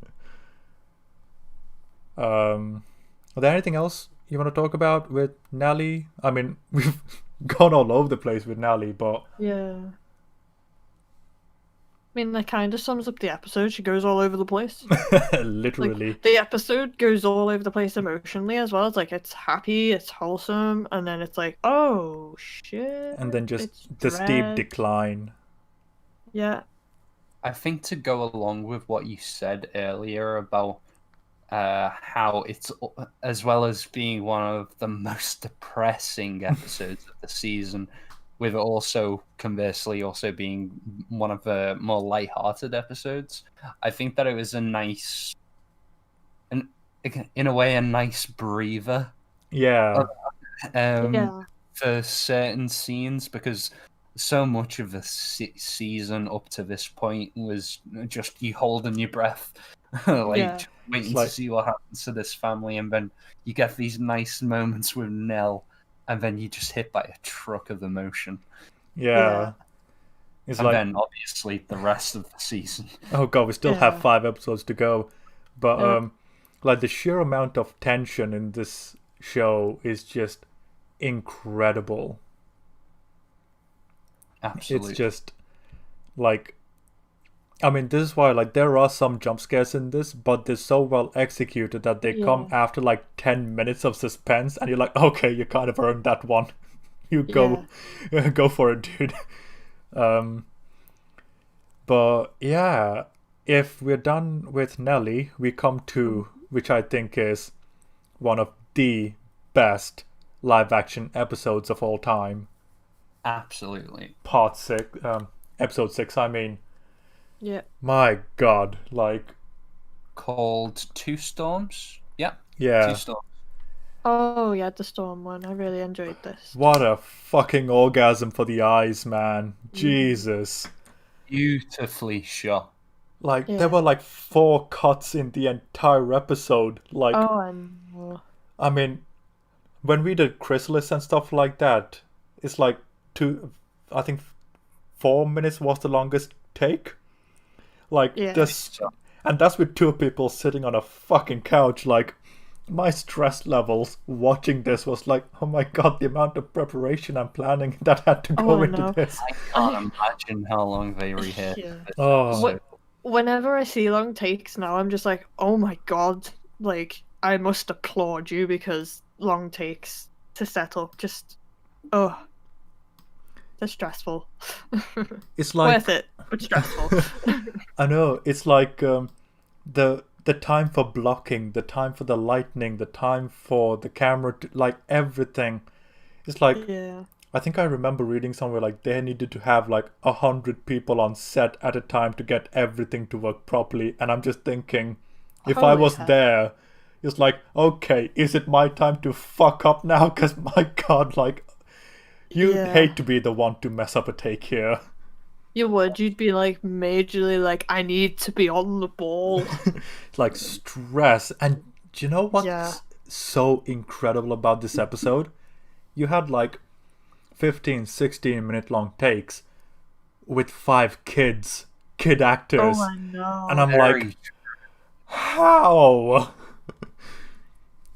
It's just, oh man, like, these kids, I swear to god, are reincarnations or just freaking de-aged versions of actors. They have to be, like, it's not natural to be this good. Oh, I would argue that this is the most well acted episode of this season. Yeah. I mean, the sheer amount of storylines coming together in this one episode, and the two storms coming together, and then plot from the past being revealed, like writing wise, production wise, acting wise, editing wise. It's just Chef's kiss, everybody. fucking perfection, dude. Like, oh my god. Yep. And what I loved about this episode was the fact that we haven't seen all of the characters intersect in this way before. Oh, Like, no. obviously, we've had scenes with them together, whether it be two of them or all of them together, but we've never seen them for this long together. Yeah. No, See definitely. all the storylines And with the dad as well. very Yeah. true, played by Timothy Hutton. Which, mostly what a in this surprise. episode. I love Timothy Houghton. Oh, he's so good. He's so good, especially in an upcoming episode on top of this one as well. Yeah.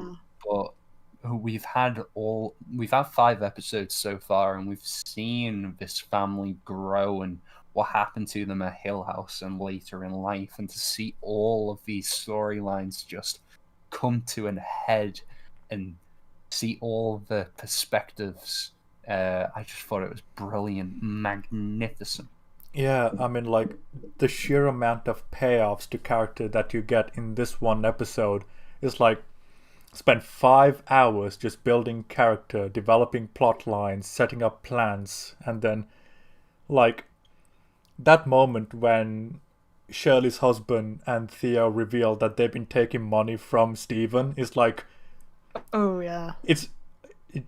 my god, like, J.J. Abrams, you don't need 5 planets blowing up, you just need good characters, dude. Like, oh my god. Yeah.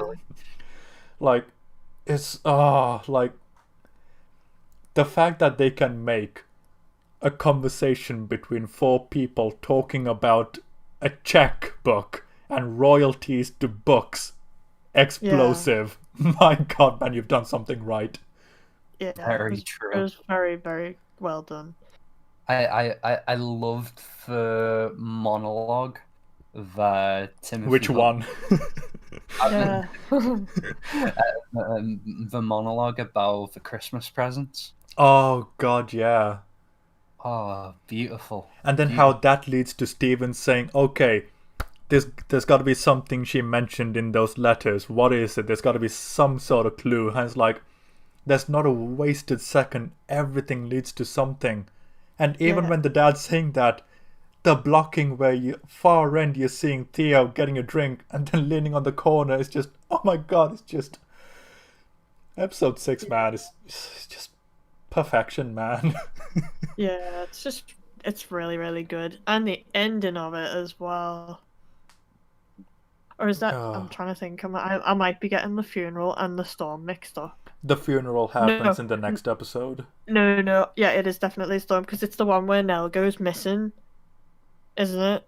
Yeah. Like at the end Yeah, of the, and yeah. like they can't find her for a good chunk of the time, and like the bit where they do find her and she's like, I was here and you weren't listening to me, and then it just cuts to the ghost of her, like, and it sort of like suggests, oh my god, did she knock her own coffin over? And you know what? They're What's- like arguing over a dead body, aren't they? Yeah, and what's really cool is that there are some shots in the oneer where Nelly is in the background with the bent neck, and it's like, oh my Yeah, god. Yeah. And it's really there's cool because, ghosts throughout the show just hiding in the background. yeah, Yeah, like, it's so I- subtle. I forgot to mention, but in episode 5, there's actually quite a big actor as one of the ghosts just hiding in the background. Mike Flanagan, he was having an interview with Variety, and in episode 5, the bent neck lady, Nell is having a conversation with her mother, I think, and hiding in the background is Bruce Greenwood as one Oh of my the God. ghosts. Oh wow. I think if you rewatch it, and Oh like God, yeah. very much like scour every scene. There's ghosts everywhere throughout There's a the scene entire in show. episode. There's a scene in episode 9, the one that focuses on Olivia, and they're in the kitchen, and I was just watching the scene, and I Oh just yeah. noticed the ghost hiding in the cupboard. Yeah. That one was, I think, the most obvious one where the I thought so yeah. too. But it's like you see where the ghosts are all over the place, and it's like when you know where they are and you find out what these characters are doing, it just ramps up the tension even more. It's like, oh, Yeah. like in Oh, episode 3, when Theo was going down the stairs to the basement, there oh was a yeah. ghost under the stairs, and I was like, Yeah, I thought I saw that, but I was just like, it was like a case of I blinked and I was like, I was just like sitting at my dining table, and then this is broad daylight, and I was like, okay, now I'm spooked. yeah.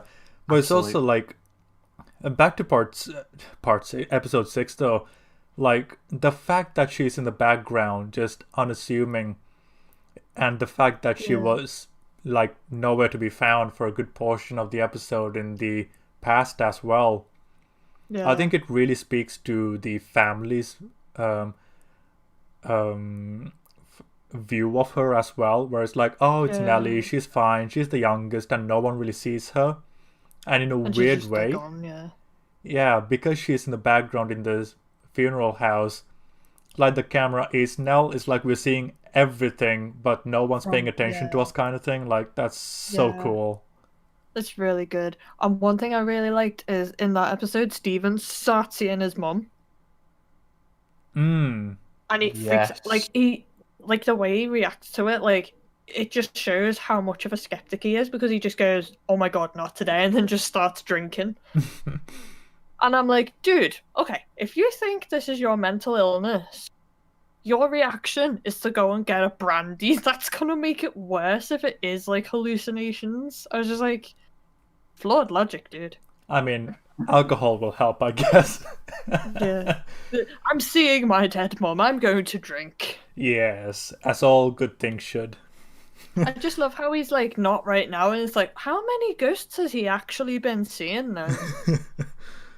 Oh, but Because it's I'm like, like, that's a bit like at first I was like, that's a very bizarre reaction to seeing a ghost, but he was just like, nah, not right now. but you know, Steven's reaction to his dad when he was talking to his quote unquote mom is like, the first time it's like, okay, well, that was kind of weird, but I haven't seen him in a while, so okay. Second time it's like, okay, it's kind of getting weird now. Third time, okay, Yeah. Dad, what are you doing? Why are you talking over the shoulder? You know? Yeah. You would be a bit like, you're being weird. What Yeah. are you doing? Oh.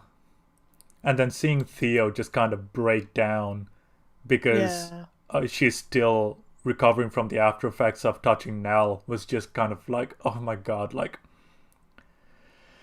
oh, I love the conversation they're having about like, why does it say, like, why do people say, oh, it's just like they're sleeping? It's not like they're sleeping at all. It's like she's dead. mm, Yeah.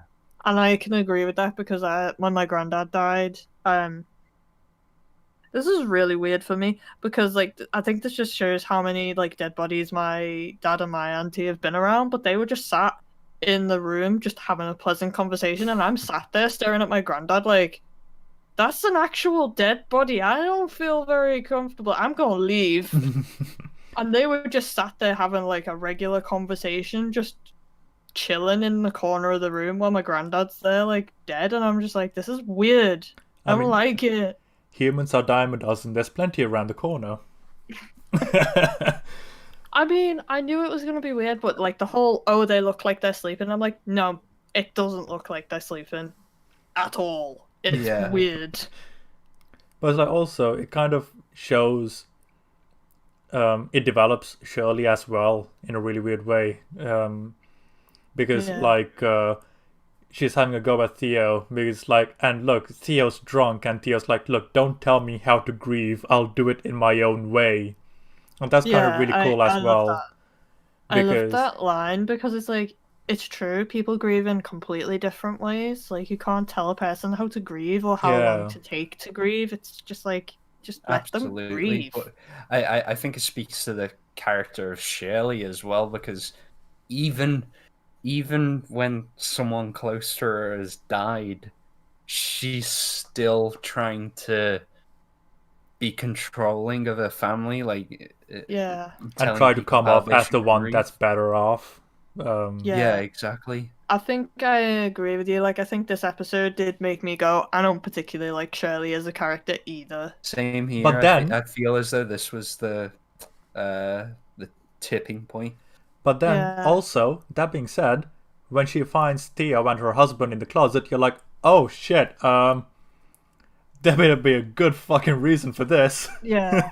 I was like, Theo, Yeah, what are you doing? because like it came out of nowhere as well, because like Yeah. nothing of that sort has been set up in the past, and it's like, wait, hang on, what's going on here? Is this grief? Is this not? There better be a good explanation, because right now I'm on Shirley's Yeah. side.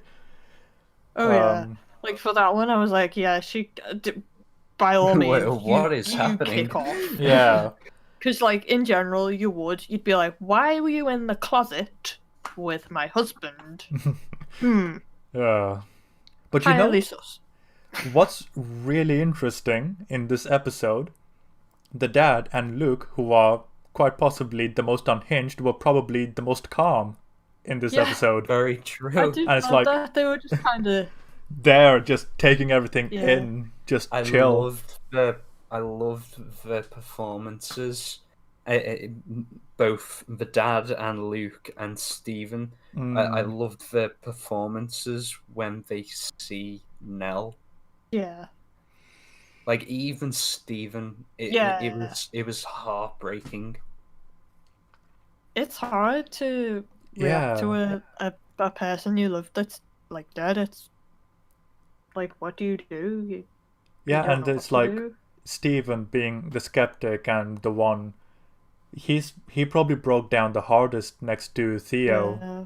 and I that feel was like that's down to him being the oldest sibling and him sort of having feelings of I couldn't keep her safe kind of thing. Yeah, like Yeah. he failed, and I also feel as though we see that he was kind of the closest, like the person that he was closest to out of the siblings was Nell. Yeah. or the twins in general, because in the same episode, in the flashback to the other storm, it's like when he was talking to Luke, and Luke was like, oh, how are you gonna make sure I'm safe? And then Steve's like, because I'm the older brother, it's my job, I'll keep you safe, bro. Very Yeah. true, And because you're just like, oh. I feel as though they all have connectivity in a way, but I feel as though he was 5 bars to the definitely- Wi-Fi signal. Yeah, exactly. For the 5 children, but I definitely feel as though he was much closer with the twins than he was the Shirley and Theo. Yeah, because Yeah. he even went out of his way to play in the treehouse with quote unquote treehouse with Luke every so often as Yeah. well. So Fun fact: he's the only person who shared the Red Room with someone. Yeah. oh yeah, I mean, I was gonna wait till later, but I was just gonna say I thought that was a bit weird. Like a lot of the time, the rest of the time people were in the Red Room, it was very much them on their own. So it was like, what are the rules for this room? Like, can other people come in, or what? Like, I wasn't, cause like, the. Forget, I'll just talk about it now. There's a bit where Theo's in the Red Room and someone that like they're trying to oh break the into dancing the red thing, yeah. yeah, Very they're trying to true. break into the Red Room and it won't let them in. So I'm like, wait, why did it stop them going in that time? But then Luke's happily like able to let Steven in. I Like I was like, suppose- what are the rules? I suppose it has to do with the fact that I think even the dad brought it up, where he was like, "Oh, look, if he was always able to see it, but never able to comprehend it, and maybe that would allow him to go in without realizing it was something else." Yeah. I do find it kind of odd, the fact that one of the rooms that was inhabited by the Red Room was the treehouse, because all the rest of the rooms could have easily been in the house, but Yeah. the, Yeah. The fact the that there was treehouse a would have had to have treehouse been in outside. itself. Yeah. It It's would have like had to have been outside. So were they in some sort of a trance when they went into Yeah. that's the only thing I can think treehouse of. Red Room? Because I like feel we like only see it the one time as well, don't we, in the first Yeah. episode? Yeah, I yeah, suppose it's definitely. because they didn't know where to attribute Luke to, because usually he is outside playing with the girl in the woods. So it's like, okay, we need to have Yeah. a room for Luke. So maybe that's why, but yeah, even then when it was there, I was like, really, the treehouse? Yeah, the Okay. Really odd. treehouse being a room is very strange, but then Like vision the wise, ex- I can get the mechanics, but Yeah. practically it just doesn't make sense. yeah, Yeah, exactly, because you would have to walk outside to be able to get to the treehouse. yeah. Hmm. So unless they were under some sort of a trance when they went into But then I mean, again, I feel like they I feel did. like that's the only explanation because like it's revealed like the house is doing what it can to keep them happy, so they don't notice. So maybe the house just made it seem like they were going outside when in really they're just going into the red I room. mean, But it did. I to think that them, it's must be the outside. case. I think It- that must be the case because they're all under the assumption that the Red Room can't open. Yeah. Yeah, So and like they did explain quite vaguely that the room is able to wear different clothing for every person. yeah. So So from I that think it was- perspective, I suppose it could have just been like the attic or something even, and it could have it just looked dressed like it they up were as a as treehouse a tree. instead. Yeah. It's interesting though that Yeah, it the makes you treehouse really go, is how? yeah, the How, treehouse though? is the only sus moment over there. Yeah, it's Yeah. the outlier, Yeah. which I Otherwise, suppose is technically- fitting because Luke was really the outlier of the family. Yeah. True. Yeah. I mean, I'm sure we'll get onto it more when we get to the episode because we still got to talk about the funeral episode. Oh god, yeah, it's like Episode 7. oh. I Is like this one too. episode 7. Eulogy. Oh my god. Right, before we go on, I will take a quick minute to go to Zillow and I shall return Okay. momentarily. Don't be naughty. Okay. Okay. Whew, just a little bit of a breather before we Yeah. start talking about this episode. Sure. Yeah. Whew. Whew. It's making me want to rewatch them because I there's don't parts blame where you. I'm, like, I'm forgetting, and I'm like, I want to spot all the ghosts. I love stuff that has like details in it where you can go back and find them. Same here. I feel as though this is really a show that will very much benefit from a rewatch because Yeah. there are all the hints throughout the show, leading up to stuff like the Bent Neck Lady and the Red Room. That I think that would be so interesting to watch it. Not only just to see the ghosts, but the hints as well. Yeah. I was a bit frustrated because I accidentally got the spoilers that Nell was the bent neck lady, but then when I found out she died in episode 2, I was like, okay, maybe not really that much of a spoiler because my brain didn't remember that she was the bent neck lady. My brain just remembered that she died. Yeah. And then because it was like revealed in episode 2, I was like, okay, it's not too bad of a spoiler then. And then when Oh, sorry. It's okay. Then when I found out she was the bent neck lady, my brain remembered seeing the spoiler for that, and I was like, damn it. Sometimes I'm like that with some pieces of media.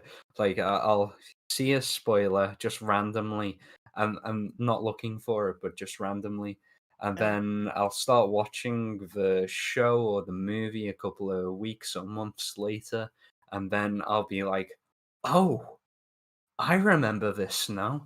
Yeah. It was kind of like that. I mean, it still shocked me because I was like, whoa. Yeah. Oh. But at the same time, I was like, why do I feel like I knew this was gonna happen. I And get then, you. and then I remembered it's because of a video I was watching. Because I was going through a period of watching like lists of horror shows and stuff like that, and it came up with Haunting of Hill House, and obviously it came out in 2018, so it's like it's been 2 years, Yeah. and I was like, "Oops, I just got a spoilie." I think for me it was a bit of a technical spoiler, because I'd heard that the direction was superb for the show, but I feel as though I watched like a little documentary that they'd released on YouTube when the show first came out, and I discovered that episode 6 was composed of really long takes. So I had it in the back of my mind that there was something like that in the show, but it wasn't until I got to episode 6 where I was like, "Oh, we haven't stopped.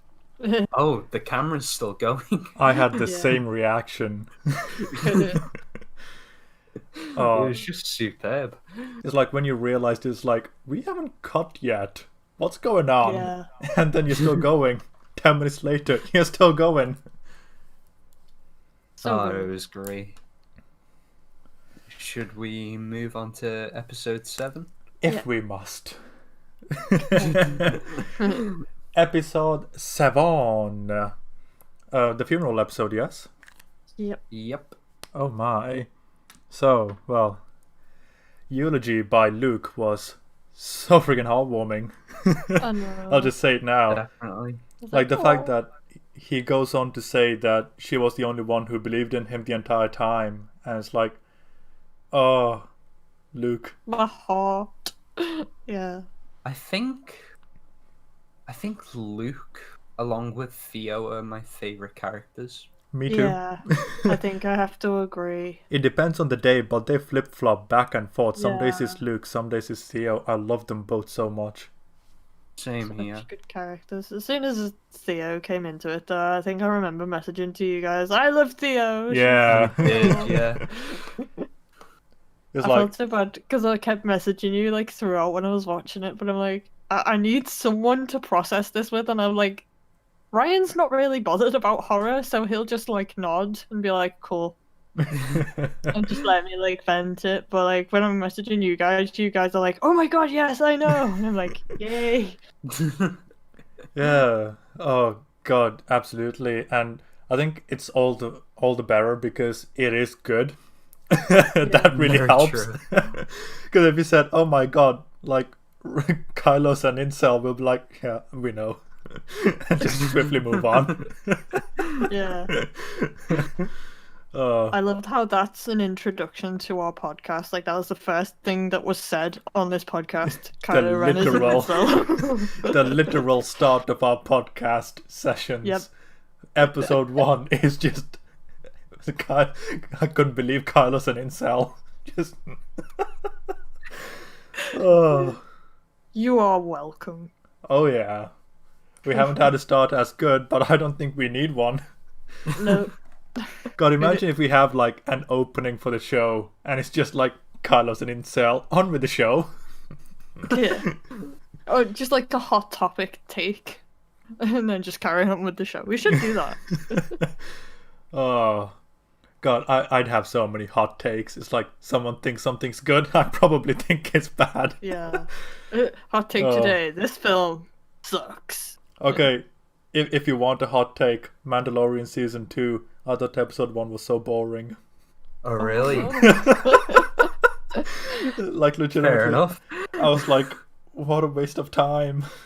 Just barely anything happened, dude. You could have cut that episode and nothing would change.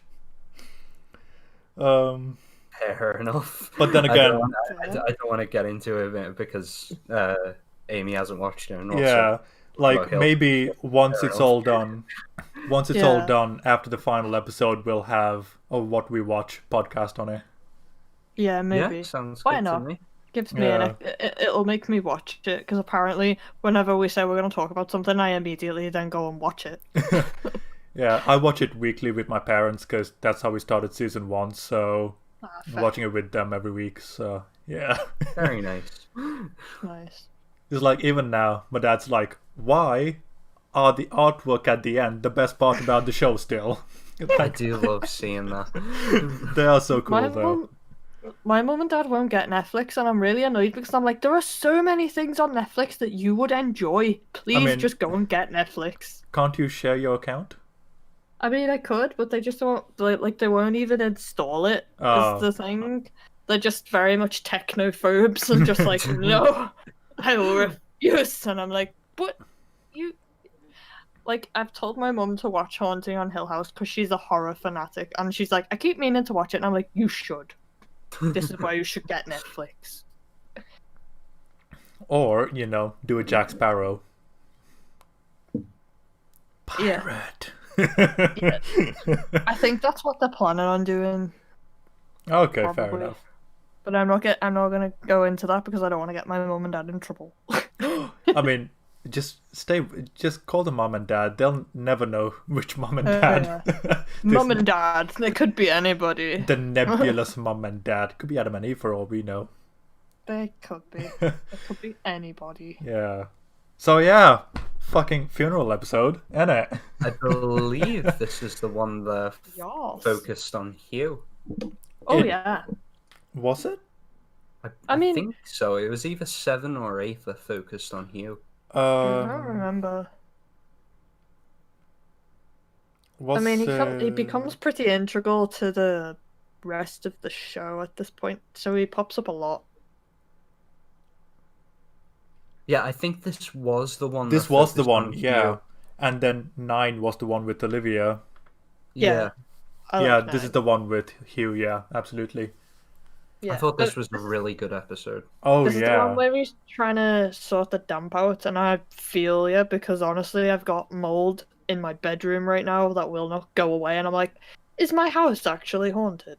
Is that what's happening? It's another Hill House. Yeah. Yeah, I've got the same one with my bathroom at the moment, and just getting ventilation going is a fucking issue, so constantly have to Yeah. fix the fucking fan in there. But Yeah. yeah, aside from that, it's not that bad anymore, so hey, I'll take it. But it's just frustrating because like my heating's broken at the moment, so trying to ventilate, it's already cold enough. So like you open the window, it's just more cold, and it's like it won't go away. Oh my god. Ah. What if your bedroom and my bathroom are the red rooms of our respective houses? Or apartment. Maybe house. I don't know. It makes sense.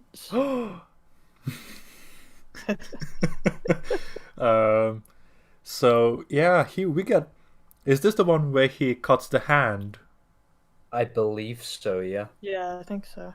I know Yeah. it's definitely. I definitely know it's the one where he has the conversation with Mr. Dudley. I was literally about to say, my god, that monologue by Dudley was incredible. It was so Yeah. eerie. Yeah. It's like it tells a story, it gives reasoning, it gives context, and the Dudleys have more to do because they feel like they've been in the periphery up until this point. Yep. Oh my god, what a monologue. And plus, it It's really very- gives credence to the idea that it really is the house rather than particular spirits or anything like that. Yeah. It's just a way better version of Murder House than American Horror Story could ever do. I only saw Asylum, so. Okay. Right, well, the first season is basically it's this house, and people die, and they're basically trapped in the house forever. Okay. But Haunting of Hill House is it's so much better, and I don't care if people are like, "How dare you hate on American Horror Story?" That season God, what's it on? wasn't that great.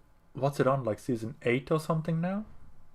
I think so, yeah. I got up to the end of Asylum and then stopped watching it, and I really need to go back to it because I want to watch the Coven one. But The funny thing is, both shows, The Haunting and American Horror Story, are both anthologies that utilize the same cast. yeah, Yeah, I mean, true. that's literally what kept popping into my head when I was watching Bly Manor. I was like, this is like American Horror Story, but better.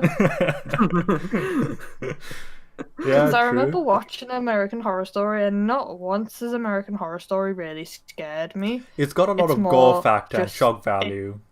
Yeah. it's like shock value more than anything. But I was Yeah. like, okay, Because I Whereas remember some of the the. haunting. Oh, go on.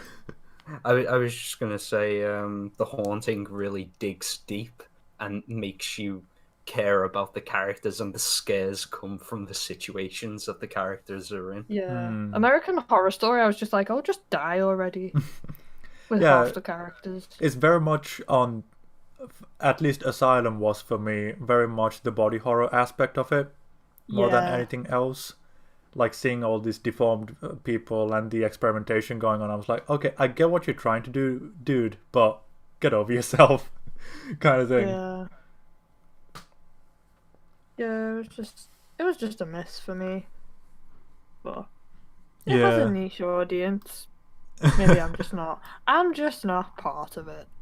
I can't Yeah. be comments on it because I haven't seen American Horror Story, but I know from whenever I've seen any trailers, and trailers aren't great to go off because you never know what you're getting, but Mm, I've never really been particularly interested in trying. Whereas with Hill House, I was drawn to it. It took me 2 years to watch it.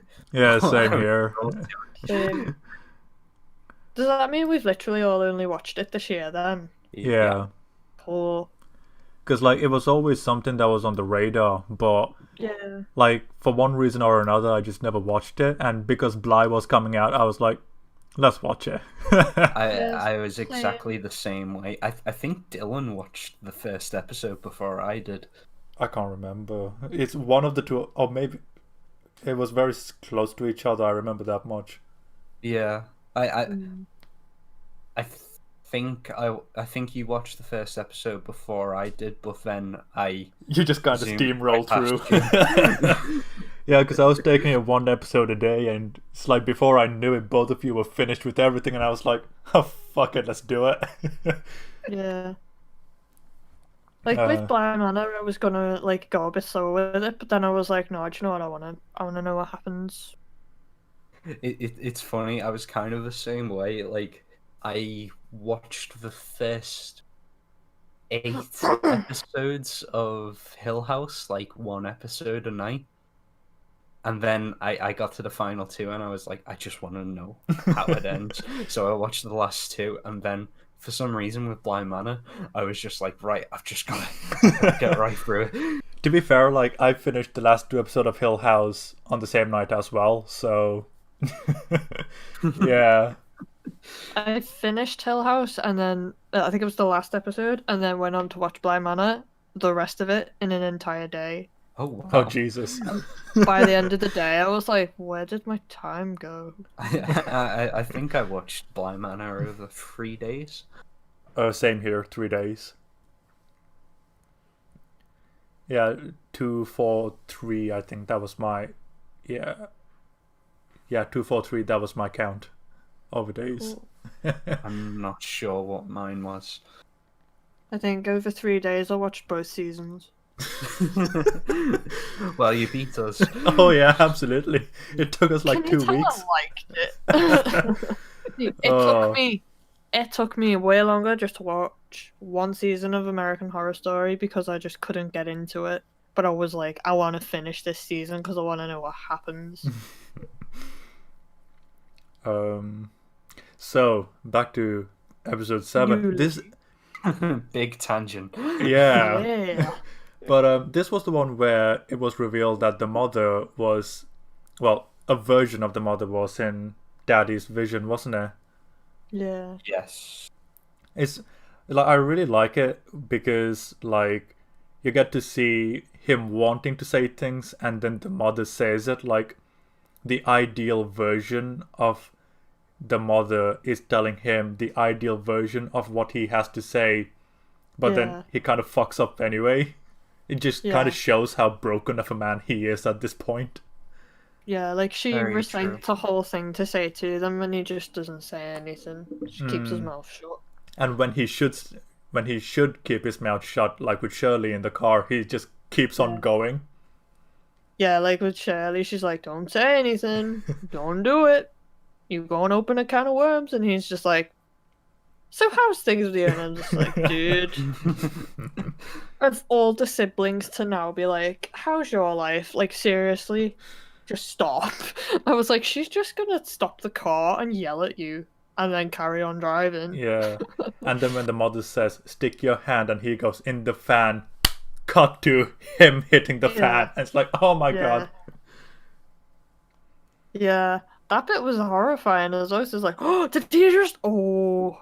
And then he's like basically blaming Stephen for not turning the fan off. I mean, to be fair, it was Steven's job, so... and he said he did it, but, and then that's one of the instances, was it the house, was it Steven, was the mistake? Ooh, spookytisms. Yeah, you're like... Very true. It could have been one of the ghosts.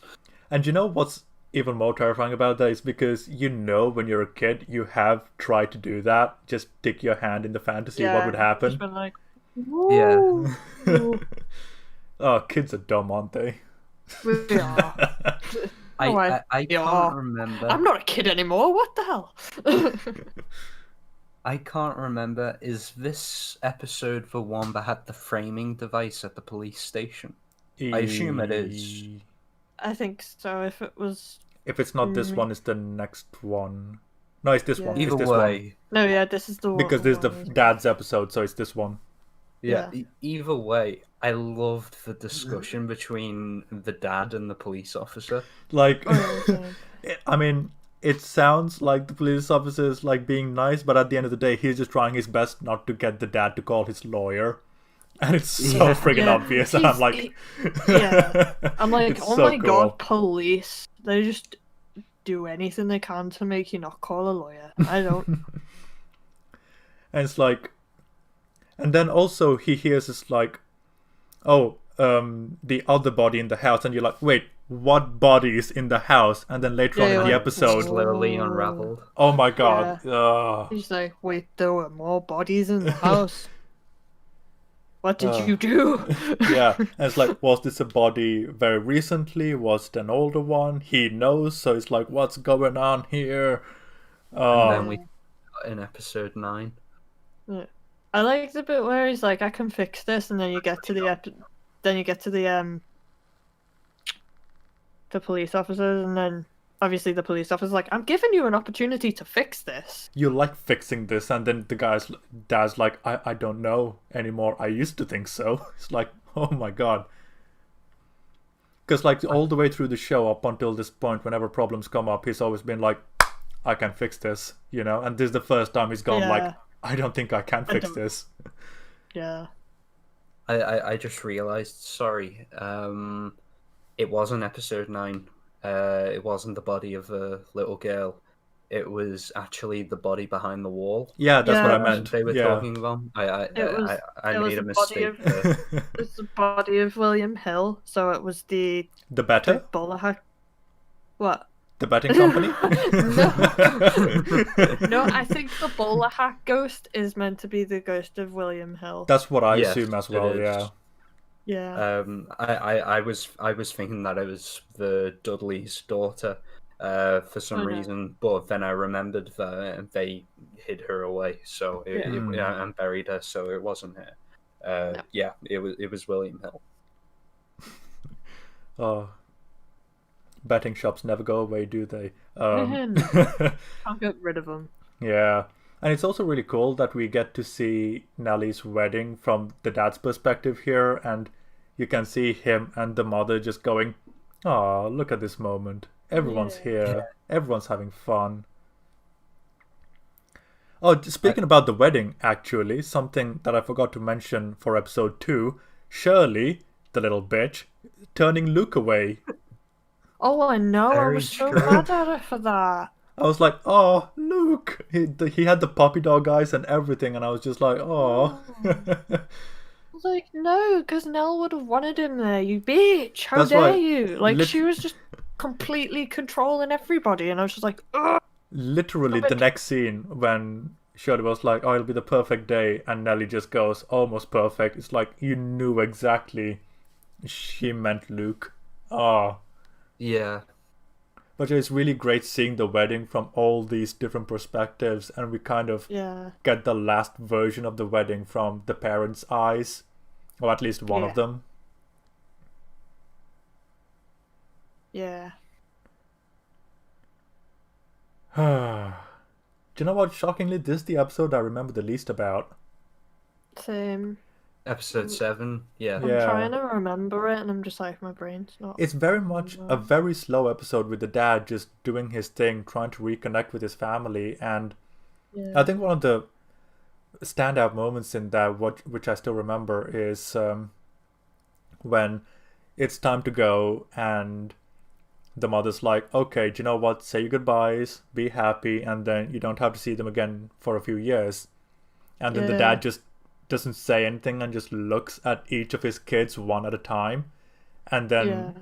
the mother just goes, you don't want to, do you? It's like, you want to stay in their lives. And it's just like, yeah.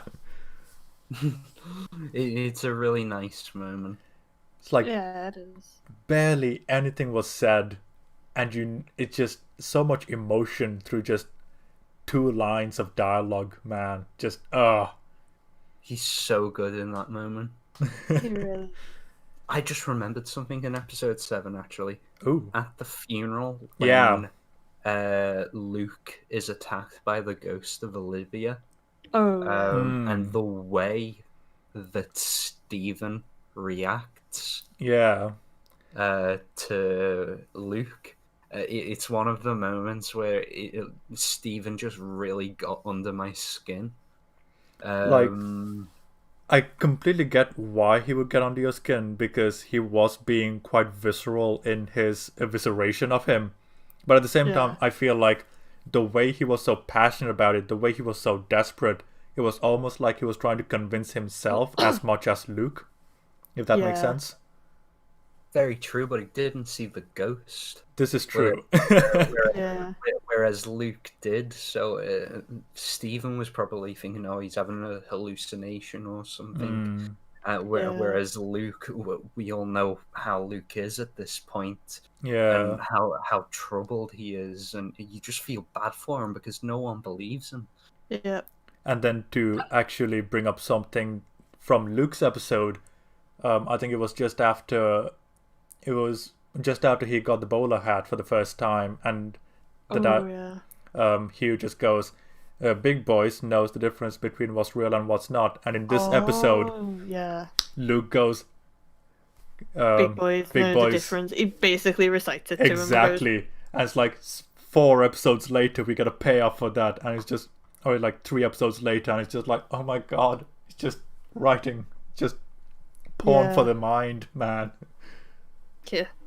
I loved that bit because I was like, I would have totally said the same thing. I'd have been like, you basically gaslighted me, you asshole. And it was just after the dad opened up about ghosts and seeing things and coping, and then Luke just goes, yeah, well, big boys know the difference between imagination and what's real. And the look on the dad's face after hearing that, and seeing, you just, having already seen that part like 3 episodes ago, you know exactly the moment he's thinking about in that moment, and it's just so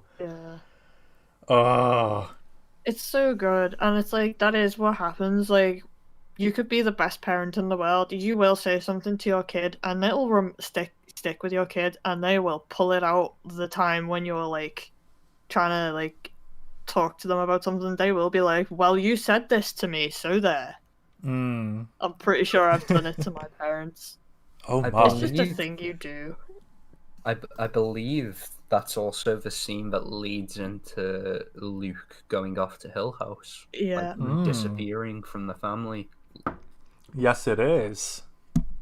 Yeah, he says that and then he disappears, and then the dad's like trying to decide whether or not, he's like, should I tell them that he took Shirley's purse? And I'm just like, dude, just fucking say something.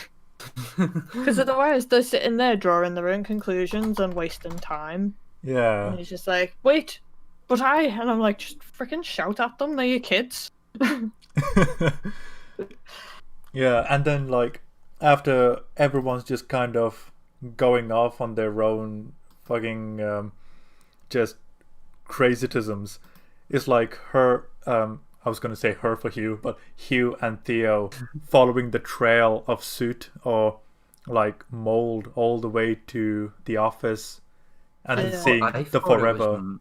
I thought it was like mud from the graveyard. Me too, but then it's like it wasn't Nelly, True. and plus it was like pitch black, so Yeah. that's why. But and then seeing the forever house just kind of demolished on the floor, and the reaction Theo has to it, I'm like, oh my god.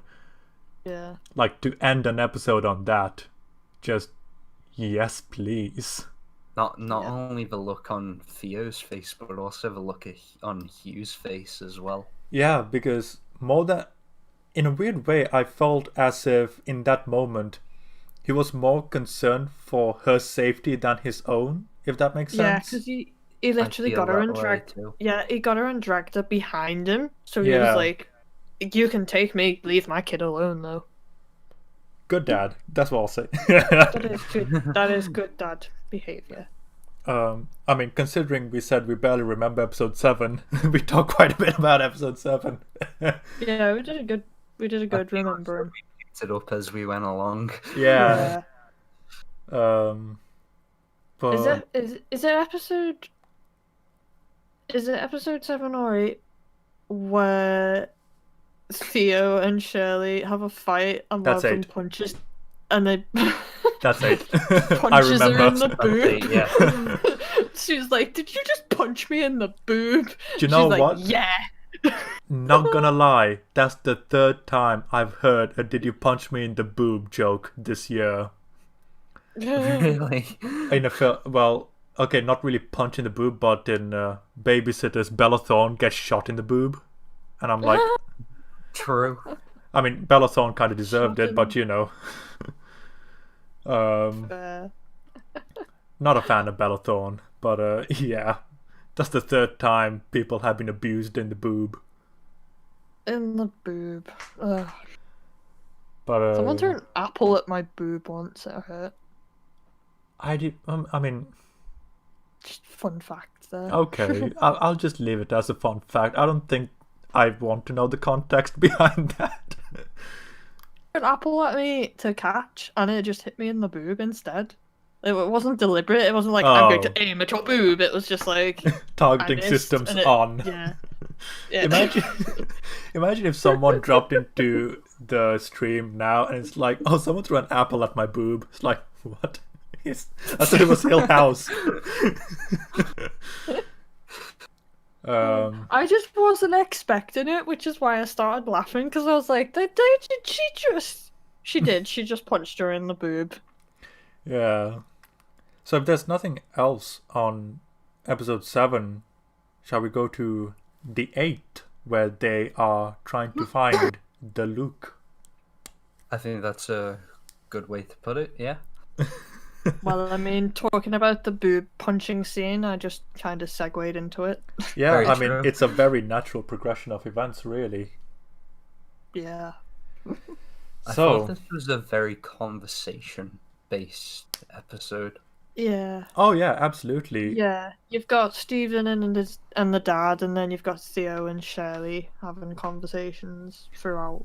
Yeah, and it's really cool because, like, whenever Shirley was agitated, that's when the doorbell started to ring. And then when her Yeah. and Theo was getting really eager to fight, that's when the banging starts. It's almost like, you know, they're getting That was a agitated when the callback. sisters. That Yeah, was a callback to earlier in the series. when the where two Yeah. they were in young the girls. bedroom. Yeah. And it's like they were fighting, and it's like, don't fight, your sisters, get along. Like bang. Yeah. Like, stop shouting at each other. Yeah, and then this episode it was the first time a jump scare got me in like literal years. Was this in the car?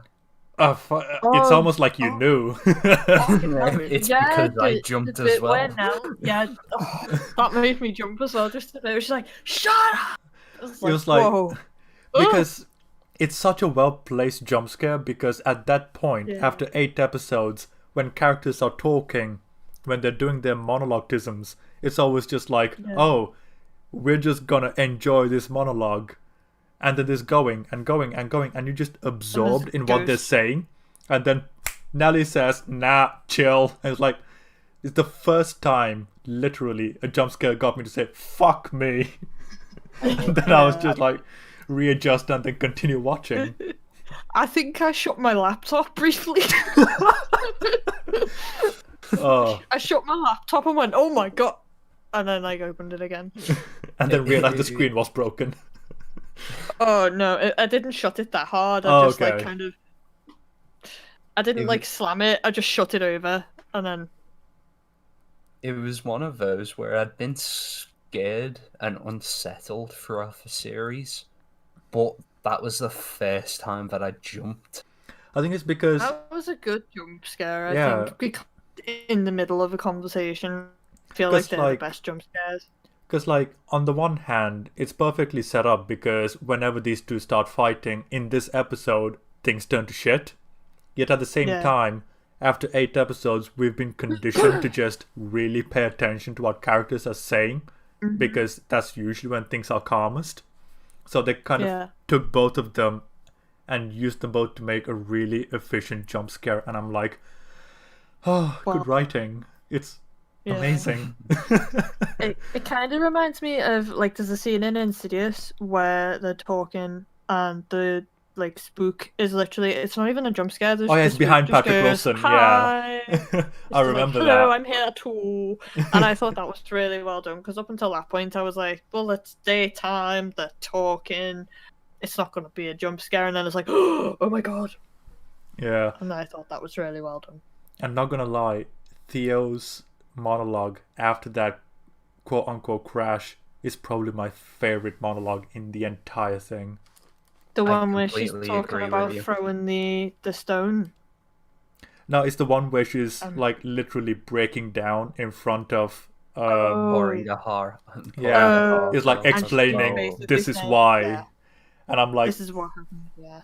and then after hearing all of that, about the emptiness. Yeah, that was just grim. I was like, and it it's got like, me in the feels because I was like, it's like she's literally describing depression, and it's like, oh, ow. it's like the entire time, it's like that was the most emotional we've ever seen Theo as well. Just literally wearing Very her true. heart on her sleeve. And it's like, Katie Siegel, what a fucking performance that scene was. Like, my god. Absolutely. It was so good. Like, that's probably my favorite monologue in the entire series. And there's a lot This to is pick good. from. Very Yeah. true. They love the monologues in this show. And you know They what? do. They don't even have to build any of them up. They can just go right into it because they're that confident they can pull it off. And they do.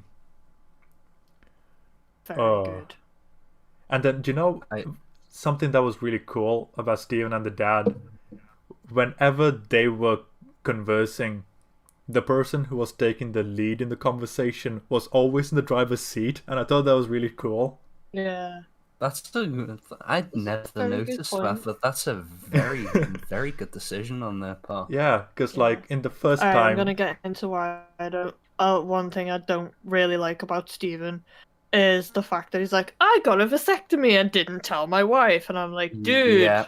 fuck you. I think even Not he... cool. I think even he admits, yeah, that wasn't my finest moment. But it's like when he explains it, you can kind Oh. of... Hello? Oh, shit. Amy, can you hear me? I can hear you. I don't know if Dylan's still talking though. I can't hear Dylan either. No.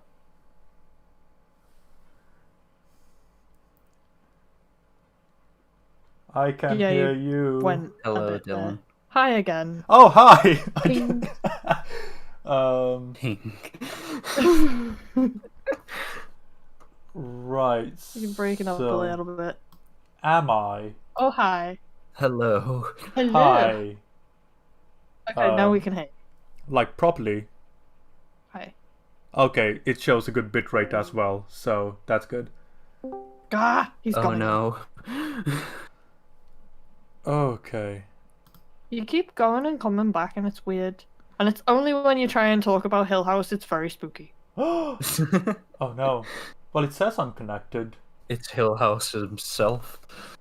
Can you guys hear me now? Yeah, Hill House is stopping him talk. Yeah, we can hear Yep. you. Okay, good. Yeah, everything says I'm back to good levels again, so... Fuck, what was I gonna say? That's good. Who was talking? You're talking about. I It was to do with the vasectomy. Yeah, the Oh, vasectomy. right, yeah. He did. Yeah, I was just saying that when he explains it the way he does, like his mindset behind all of it, his absolute commitment to the idea that it was in fact mental illness, and the fact that he doesn't want it to spread to his children if he can help it, I can understand the mindset. Yeah. But you could feel the guilt radiating out of him when he has to say, yeah, and when we were Yeah. trying, I just didn't have the heart to say to her that I had it, so I just kept on delaying it. And quite frankly, I don't know what I would do in that situation either. So, I get it, but it pissed me off because it's like you had it done when you were a teenager. You had it done. You had plenty of time. You could have said before you got married. You could have said when you were like in your early stages of dating. You could have told her this, but you didn't, and you like it's such like for women. I think when you want to have a kid and it's not happening, there is a very high possibility for you to blame yourself and then go, something's wrong with me. So he just sat there and let his wife go through that and think it might be my fault. And I think that's just not okay. Like, that pissed me off about him because it's like, you're not taking your partner into consideration at all. You're more concerned about how you're gonna, like, end up feeling guilty about it. As, like, just, you should have just told her. It just seems like such a dumb thing to do. yeah, I absolutely. And completely agree with you. I think that's also a part of his journey as well, just learning to be open with other people as well, because even when he's talking to his family, he is very much a closed off person. Even if he does want to help others, Yeah. like with Luke and the Bills and stuff like that early on. So it is very much a trust issue that he has going on. And Oh, yeah. part of his journey is like, okay, I gotta be open, I gotta talk to people, and I gotta tell the truth sometimes, even if it fucking sucks. So yeah, not his finest moment, I will give him that, but like I get his mentality, and that's what I think is really cool. Even if I didn't like him in that moment, it's like Yeah. the logic makes sense for the character.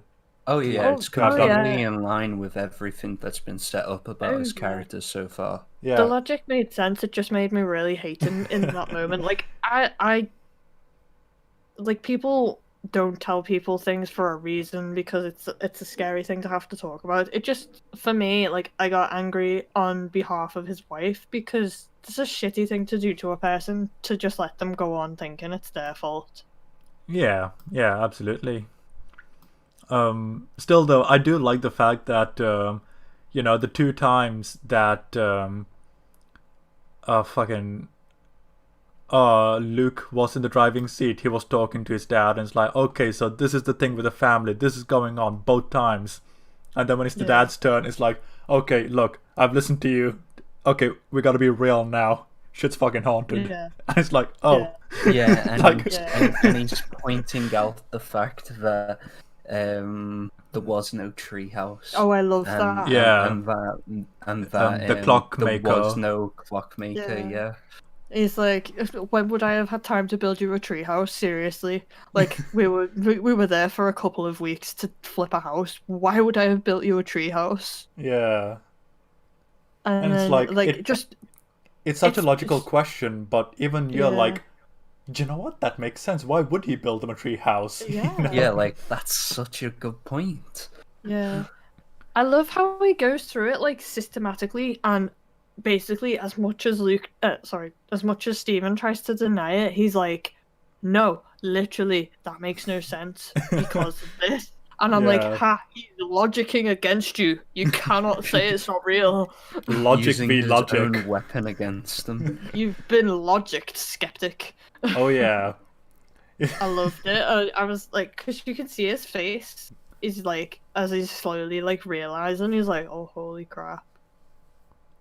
Mm. and that really was like Hugh fixing things. Yeah, he's like, look, Yeah. this is what happened, and also look, your mum wasn't crazy, she was being haunted, and that's why she punched the mirror. Making up making up for his mistakes in the past, Yeah. and bringing things full circle. And I quite love the fact that it was the fact that him finding out that it was Luke going to Hill House that prompted him to just go, right, Stephen, I can't waste any more time. Here's the truth. We gotta save Luke. I've lost my wife. I've lost my daughter. I'm not I losing can't Luke, afford to lose basically, anyone else. Yeah. Yeah. Oh. It was such a good bit. I really liked it. Absolutely, and I loved the final scene with Luke at Hill House. Oh Oh, God, yeah. yeah. It's like Oh, I was getting ready for the bonfire night. I think I watched this on bonfire night as well, I think. And I was like, oh my God, it's like, why are there fireworks all over the place? You know, it's like, oh, right. Oh no, yeah. I was watching Bly Manor. I don't know, there were fireworks on this one as well. It was weird. Yeah. Liverpool's weird, man. Fireworks every day. But Very there's true. There's been fireworks literally every night, and like on bonfire night, I was so angry at every firework that went off because my poor cat was terrified. I was like, I want to kill whoever's doing that to my poor cat. Same with my dog. Oh, same with one of our dogs. Although they both of them live with my parents, so yeah. I got such Doctor Sleep parallels from Luke going back to Hill House. Oh, like Ewan McGregor going back to the Overlook. Yeah, oh, going back to like burn it down in a way. I got such Doctor Sleep vibes, which is ironic because Mike Flanagan went on to direct Doctor Sleep. Yeah. I do love how he tries to set fire to the house, and it's literally just like, nope. Nah, I'm good, bro. It's like, No, oh. thank you. And then Thank his you for mum keeping- just appears. Yeah, she's just like, hello. I was like, whoa. You know, the mother has some of the best wardrobe changes out of all the ghosts. Oh, I love her wardrobe. Yeah. Like, if I had the money, I would dress like that all the time. Just going around in big, long ass dresses. Just that would be my aesthetic. Like an elf from Lord of the Rings. Yes, it's my ideal aesthetic. Oh. I can't believe that we haven't talked about this already. I know. But To be fair, you see it the most in like the final 2 episodes. Well, this episode's about her, isn't it? Oh no, very that's 9. true. Episode Oh, you mean the mother, Carla Gugino? Yeah. How have we not talked about Carla Gugino? I love her. I mean, we're about to So get the mother load now, so... Very Yeah. true. I mean, she pops up a lot in episode 8 and 9 and 10, I mean, isn't it? In a really weird way, I think episode 9 is a really great culmination of her journey because Yeah. we see her through all the different perspectives first, and then we see her side of the story and recontextualize everything. So I think I Yeah. completely agree, and they do a similar thing in Bly Manor as well. yeah, true. Oh, it's almost like there's parallels. Very true.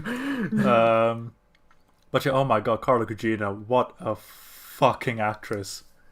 She Like- is fantastic in this episode. Like she can go in the from entire show, but like specifically, like in this general, episode. but this, like, she's able to go from kind, sweet, loving to absolute mad psycho and the flip of a hat, and you Yeah. believe every second of it. You're Yeah. like, oh, It's so well done. It's like, oh my god. 100%. oh, she should be in everything. Just She should. putting it out there, just everything.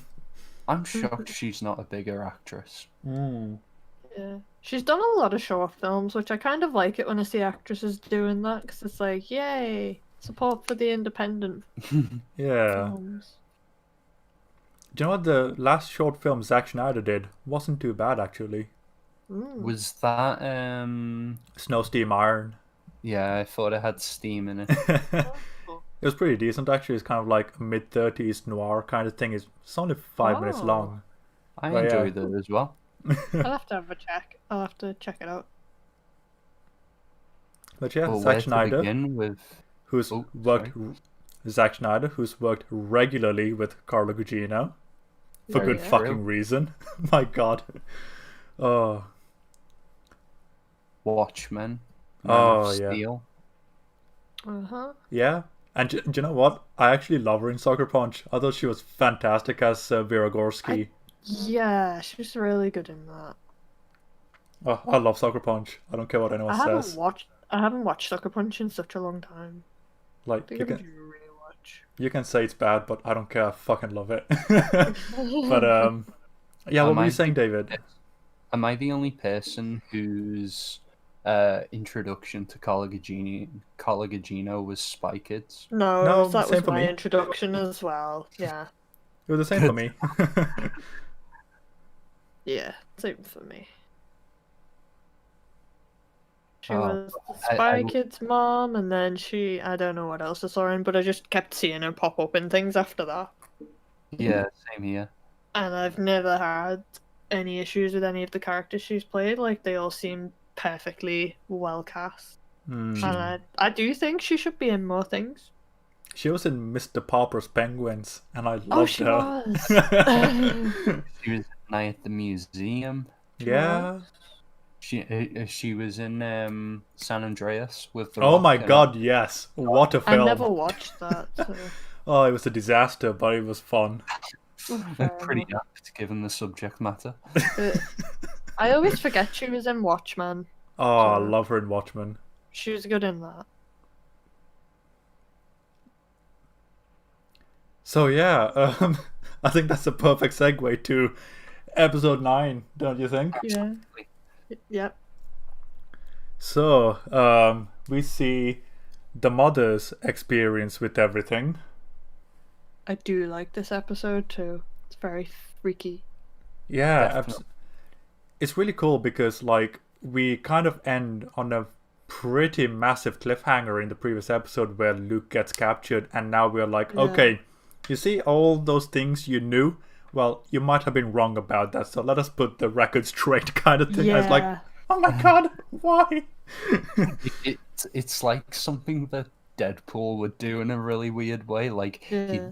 he would like stop the scene at a big cliffhanger Yeah, and be like, be "Okay, like- let's go back."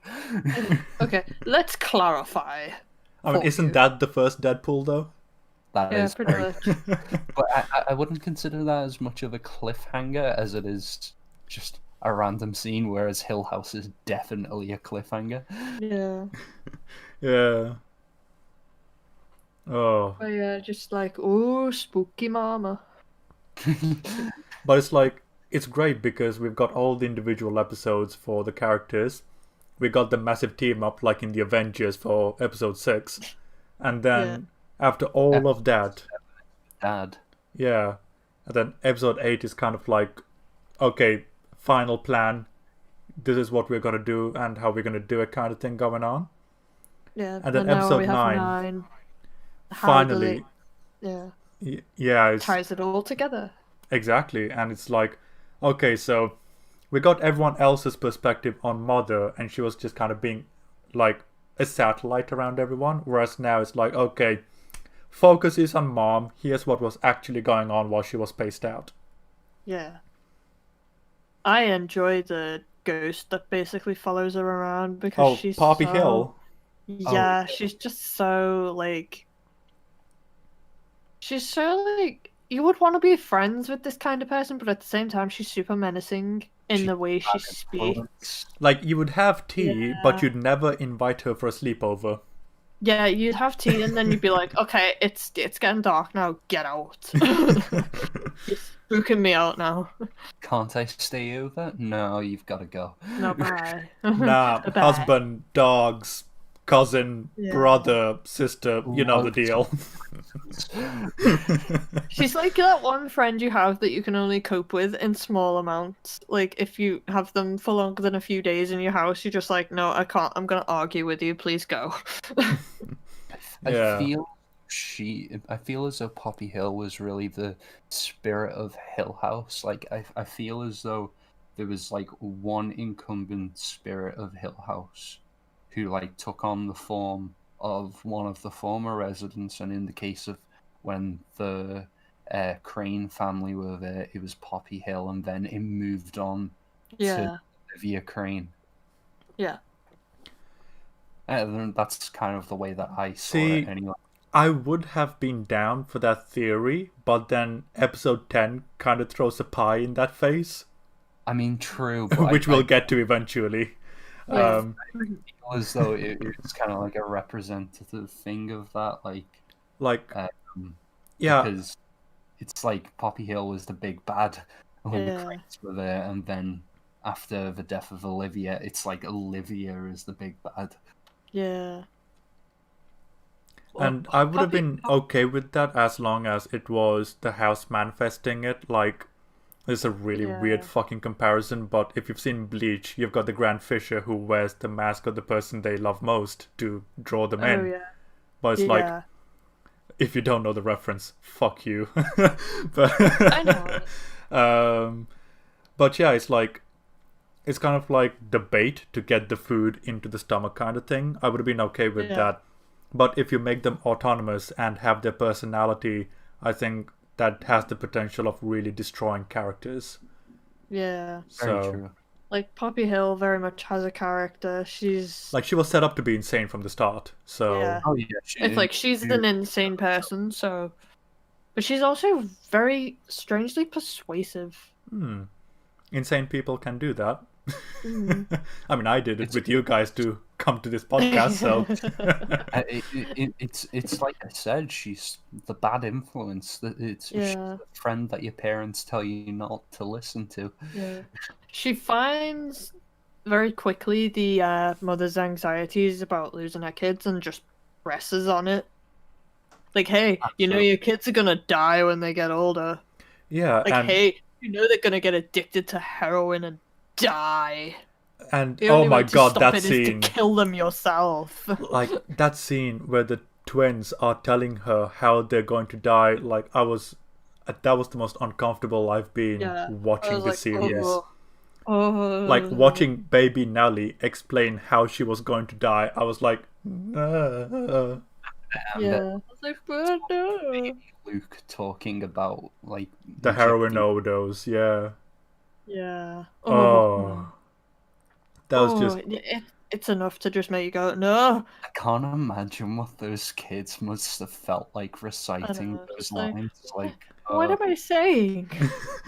I don't know, like, that. This is why it's like those performances were so good. I am convinced that they've done the Avengers de-aging thing, where it's Yeah. like they literally went back in time with Ant-Man in Endgame, and it's like, okay, there you go, you've got the skill, you've got the chops, go act and come back, we'll get you back to normal later. Yeah. See, feel like that's- believe that if I didn't know who McKenna Grace was. Oh my god, like, Or Lulu Wilson, because she was in Annabelle as well. All Creation? Yeah, was it Creation or Comes Home? Creation, because that was the I want to say orphanage. Oh yeah, the rural orphanage, yeah, that was the one, yeah. That was Creation, yeah. Yeah, she was in that one. I really like the horror in this one is mostly played up from the mother's perspective of obviously she is basically this is the anxiety any parent goes through. You want to protect your kids from everything, but obviously as they turn into adults you can't. It's not doable. But like she literally ends up seeing the ghosts of her future like dead children. Oh, God, Like, that- that's enough to send Yeah. anyone. And it's like, it's a really simple fear that a parent would Yeah. have, but it's just ratcheted up to 11. Yeah, I mean, I feel like they do the same thing with it. Like, a literal monster that goes around eating kids, that's like a parent's worst nightmare. And it definitely scared me to the point where, well, for some reason, It Chapter 1 didn't scare me that much, but It Chapter 2, it freaking scared me, and like, I was having That's nightmares for like a interesting. couple of weeks. That's interesting. Yeah, because I thought It Chapter 1 was stronger and It Chapter 2 was shit. Yeah. I don't feel. I don't. How do I explain it? Like, it gave me nightmares because it very successfully fed on my fear as a parent. Fair So enough.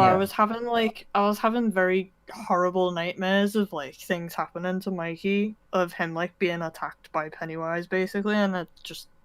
So for me, it wasn't even like I wasn't afraid of the thing itself. I was afraid of the thing happening to my kid, if that makes any sense. No, that's Yeah, no, that's completely yeah, understandable. absolutely. Especially when you take into account that while James McAvoy's character may not have been a dad, you also have the scene with the kid where he's trying to save the kid at the carnival. Oh yeah, that you know what? Literally, that scene where he gets munched on, like my brain took that and put Mikey in the kid's place in my nightmares, and it was That like must have been horrifying. it wasn't nice. I woke up sweating a couple of times, and I was like, it's been a long time since a film's had that level of effect on me. So I was like, oof. It just came to me, but could you imagine how much of a different film it would have been if it wasn't Pennywise and instead it was Ronald McDonald? Ooh. It would have been funny.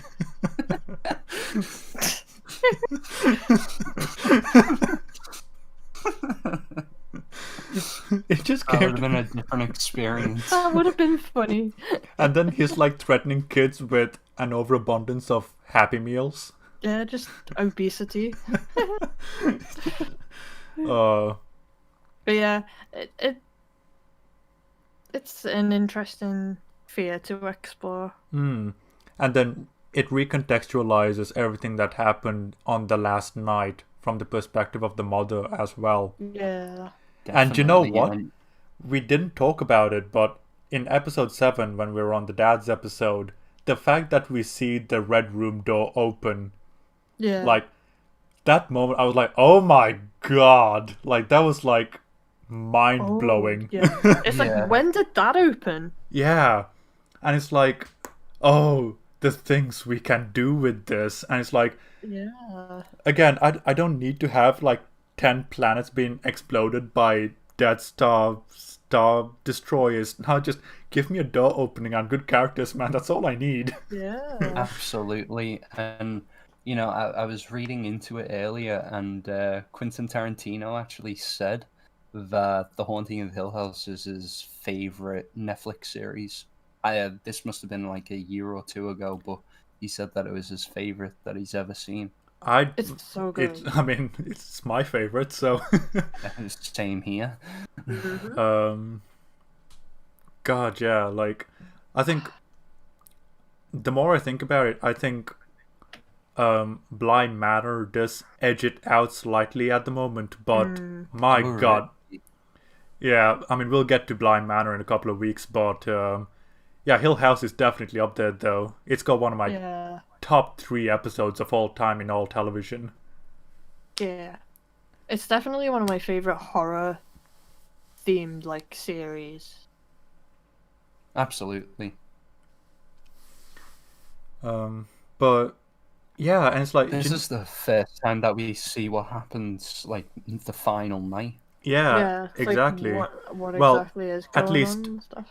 At least half of it from the mother's perspective, because we still Very have true. the rest of father's thing to go through. Yeah. But yeah, when it's really cool seeing everything that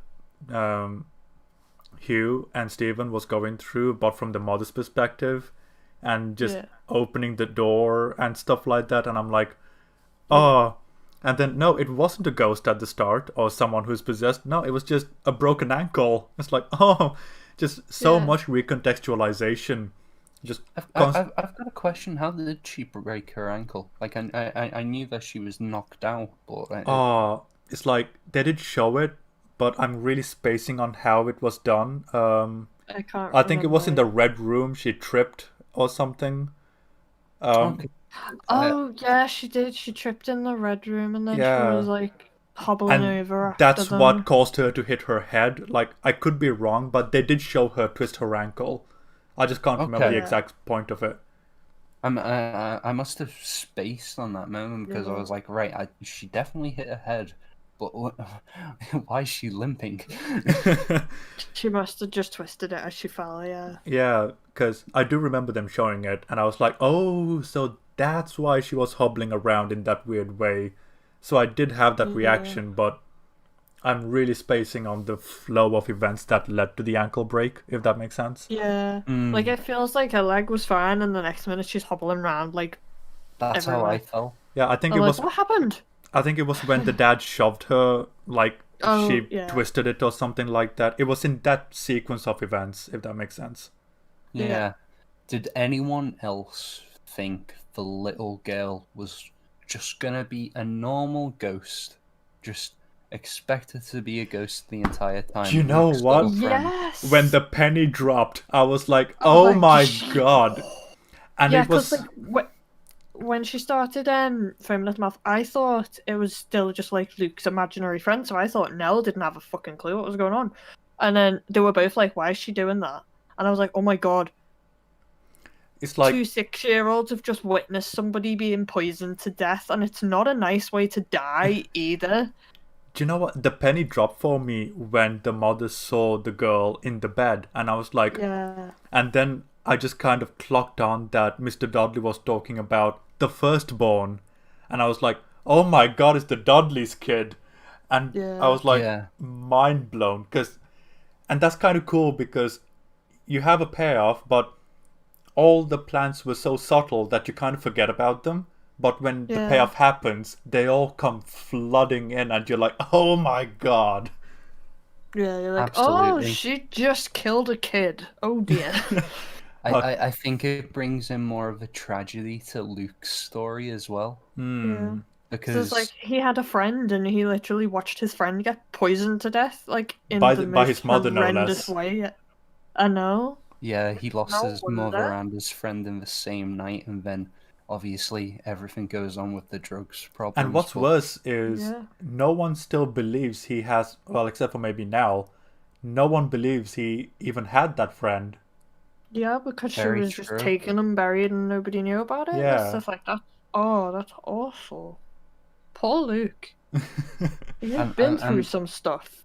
and then you can even see like the parallel between him and his friend in the 4th episode as well. Oh yeah, hadn't even thought about it It's that way. like another chance. And he Oh also god, I loses didn't even that think friend about too. that. Nope, Jesus, neither. dude. Like, It's why must you heartbreaking. why must you highlight how good the show is, man? I have to, dude. The world needs to know how good this show is. Everyone's gotta know. Oh, it's like it's so good. But yeah, like, and then you get to see all of the moments where she's spaced or she's doing something that was just mad. You know, like punching the a mirror. Yeah. And I it's was like, waiting for that. Like when I was watching it, I was like, she's gonna see something in the mirror, obviously. And I and was then just it's the like, when- twins, and I'm like, oh. I was like, oh, that was horrible. And then her telling Hugh is I like, think what makes it worse is the fact that it would be bad enough. It would be bad enough if it was any of your children, But older but versions. literally your babies. Yeah, like the tiniest ones. Yeah, like yeah, because already she was talking to Poppy about, oh yeah, it's like Stephen, Theo, Shirley, they've all grown up, they hardly need me anymore, but the twins, they still need me, and it's like seeing the twins being killed, it's like, Yeah. It's your worst fear that you can't protect your smallest ones. absolutely. It's like, yeah. Like that must be just so terrifying, and you can understand completely why she'd want to protect any of them, Yeah. but especially those two. Yeah. It's just done in a very not make sense way. It's a very selfish way if you think about it. I'm gonna kill them so they stay permanently the same age. Yeah, yeah. Like, it's like if love was turned into possession. Yeah. It's like extreme overprotectiveness. Yeah, it's like freaking something else from Bly Manor as well. But Yeah. very true. jeez, parallels. But yeah, it's when love can transition to a form of possession to the point where it's like you will protect at all cost, even at the expense of their own lives. And it's like, oh Jesus. It's like, okay, that's bizarre. And you know I what? really like.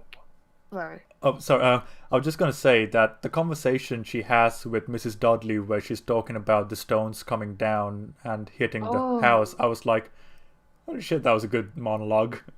That's also in the novel. Oh, really? Oh, sweet. It's in the novel, but it's from one of the characters. I don't think there's a character in the novel called Eleanor, and she talks about that situation with her sister. So they've taken that and given it to Olivia Crane instead. That's very cool. Yeah. And also, when she's talking about the Cup of Stars, that's also in the novel.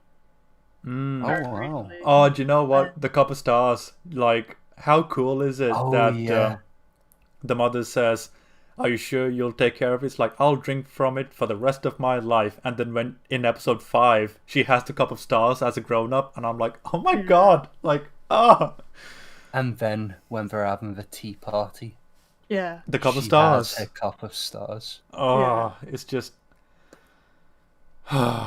it's just. That's very early on in the novel actually as well, and it's nothing even to do with Hill House. Like, it happens when Eleanor goes into a diner on the way to Hill House, and basically there's this mum and their kid in the diner, and the kid's basically going to kind of have a cup of stars, and basically the whole thing is the kid wants this specific cup with stars at the bottom, and like that's where it's taken from. And I was like, I love that. That's really cool that it's not even anything to do with Hill House, and they've put it in Hill House. Oh, like, the fact that we can talk for a good couple of minutes about a fucking cup with stars on it just shows how good this show is, man. Yeah. Absolutely. I just, like, when I was reading it in the novel, I was just like, that's so cool that you've literally taken this and thrown it in there. Is there anything else we need to cover from the mother's side of things? Just a very devastating bit where he goes, "What would we do without you?" Oh my god! Oh, like at the end of the episode. Jesus. I was like, oh, I'm sad now. It's like, I think she, the words were, it's like, you go on without me, and then he just goes, how could we? How could we? And it's just like, 3 words, man, that's all it took, and I was like, oh.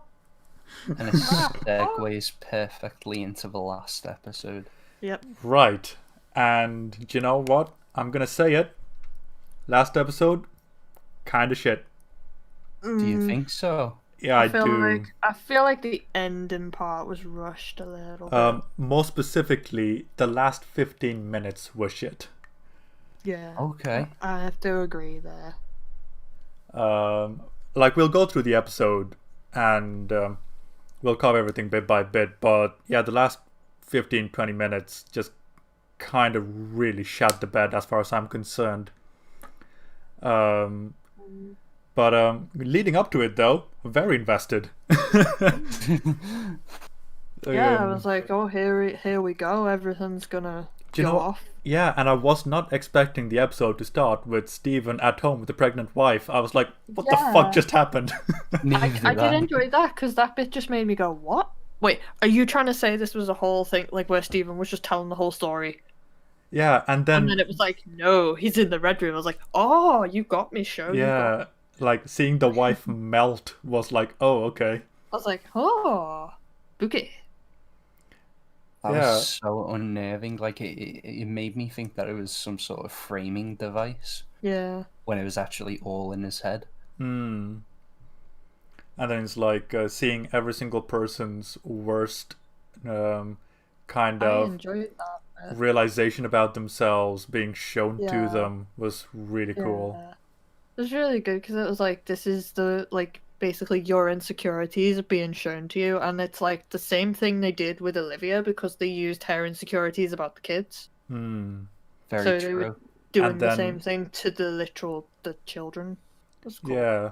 And then I think this is the first point where I started to feel iffy about the episode, and it's when it was Nellie who was saving them, not as the bent neck lady, and I was like, okay, hang on. So she's magically not bent neck lady anymore. Yeah. Yeah, I was exactly. a bit like, how's she magically? Like, did they get to choose how they appear? Yeah, in which 'Cause, case, like, why I hadn't would you? thought about that. Yeah. I hadn't 'Cause- thought about that, but And you're also- completely right. And also, like, if we're going under the assumption that Nellie is autonomous and, for lack of a better way of saying it, has free will in this house, then does that mean every ghost is and they're just being dicks to each other sometimes? Or is it the Yeah. actual house itself? That's what I wondered, because I was like, some of the ghosts don't look like, they don't look ghostly, they don't look creepy or anything like that. Like the clock dude, he didn't show up as a ghost. That's how you could walk past him and not know he was Yeah. a ghost. But like the rest of them, like William Hill appears as a creepy slender man. Yeah. So it's, Poppy sometimes shows up as herself in just like a flapper girl clothes, and then sometimes she shows up as a grey ghost. And then you have other ghosts that are grey, and then you have other ghosts that are like people, and you're like, do they get to choose how they look? What's going on? yeah, And you because have the daughter who's completely normal as well. Yeah, yeah. she looks the same. and it's like, it gets to the point where I'm like, okay, so And if... then Oh, go on. I was gonna say, and then sometimes Olivia's ghostly, and then sometimes she's not. Yeah. Oh, I think Olivia gets done dirty hardcore in this episode, to be honest. Yeah. we'll get to that. Oh yeah, we will get to that in time. But yeah, also like Nell going so far as to go, okay, getting everyone out of the dreams and whatnot. I've not really got a problem with that. It's just that it really puts a spanner in the works of how the mechanics of the ghosts work. Because are they under the influence of the house? Are they autonomous? Because now lots of different things are being conflicted with right now. Yeah. You know, I mean, because up until now the mother's been stalking people and the bent neck lady and different ghosts and whatnot, and we Yeah. talked about it earlier. We thought that, okay, it could have been the house manipulating them, but if Nellie can get them out of the dream states and be Yeah. autonomous, then it just does not compute, you know? Yeah. I kind of read it as, because they're all there in one place, that it's easier for her to appear autonomous because she's like maybe able to like feed off of them. But at the same time, they're already feeling negative stuff, so it would be feeding the house, not her. Yeah. So like, part of me was like, I was kind of like, is it the fact that they're all together in one place because they haven't been together in one place at all? Is that why she's suddenly able to not look like the bent neck lady? Because But when then- she was bent neck lady, she was alone, and that's what I kind of thought. But I was But like, then, again, even it makes then- no sense. They were together in episode 6, and Yeah, and she all- was the bent neck ghost. yeah. So this, and the reason why I'm having so many issues with it is because originally, like, I read an interview with Mike Flanagan, and he was like, the original ending was supposed to be darker, but he was too bummed out about it, so they rewrote it during production. And I was like, Oh, clearly, that's- it fucking that's a shows. shame. Because that's Yeah. why, like, the cats in episode 2, I was so sure that was how it's gonna end up. Like, one Yeah. dies first, then the rest of Yeah. them, with the dad being alone or something like that. But no, instead, even Luke. Okay, I don't care how He many was ghost. dead. I don't care how many ghost forceisms you have. You're not gonna bring back a guy who's injected rat poison into his veins, dude. Yeah, I was like, oh, he's magically okay now. No.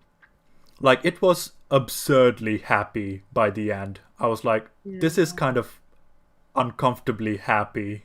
Like, what happened? And also the mother.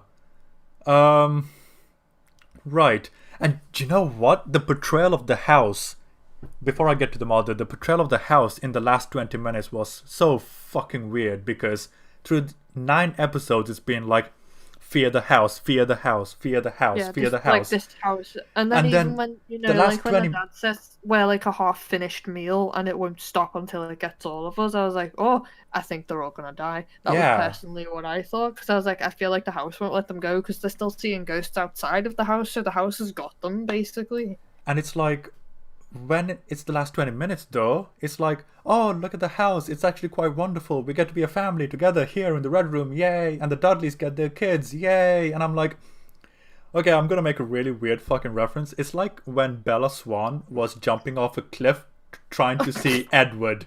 It's like, yeah, you get to see it temporarily, but you're also falling down a cliff, dude. It's like, Yeah.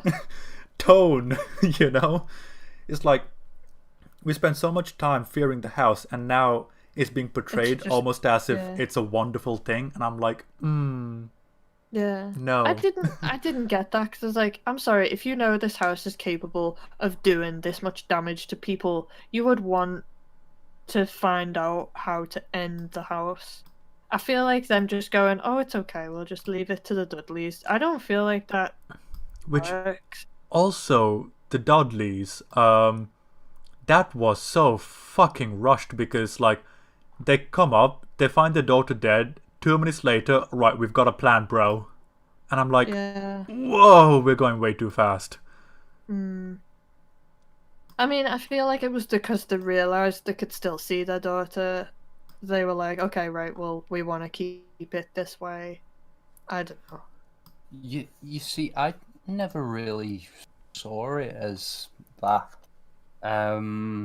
because a lot of the ending in Hill House, they kind of reference it as though if they leave it alone, it'll just kind of go away. If you get what I mean, like if you stay away, stop feeding it,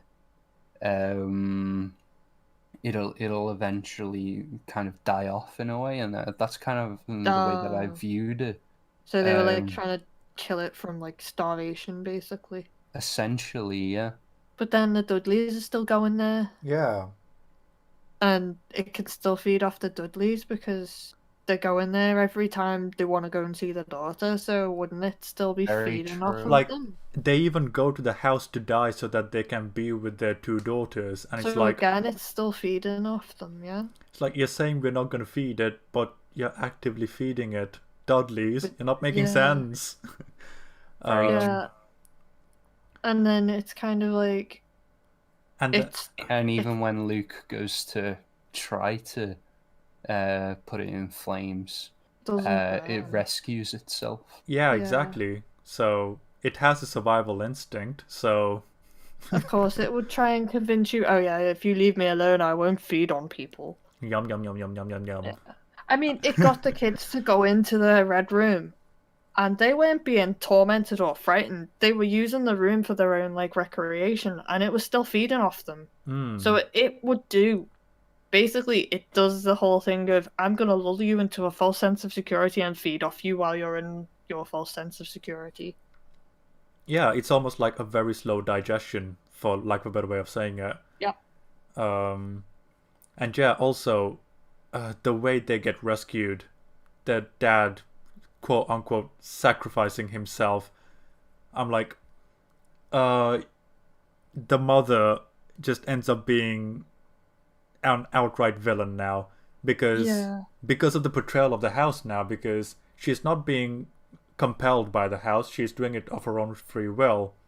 Yeah. And she's doing it because she doesn't want to be alone. But then Nell is there as well, but she never wanted to be there. She was made to do that.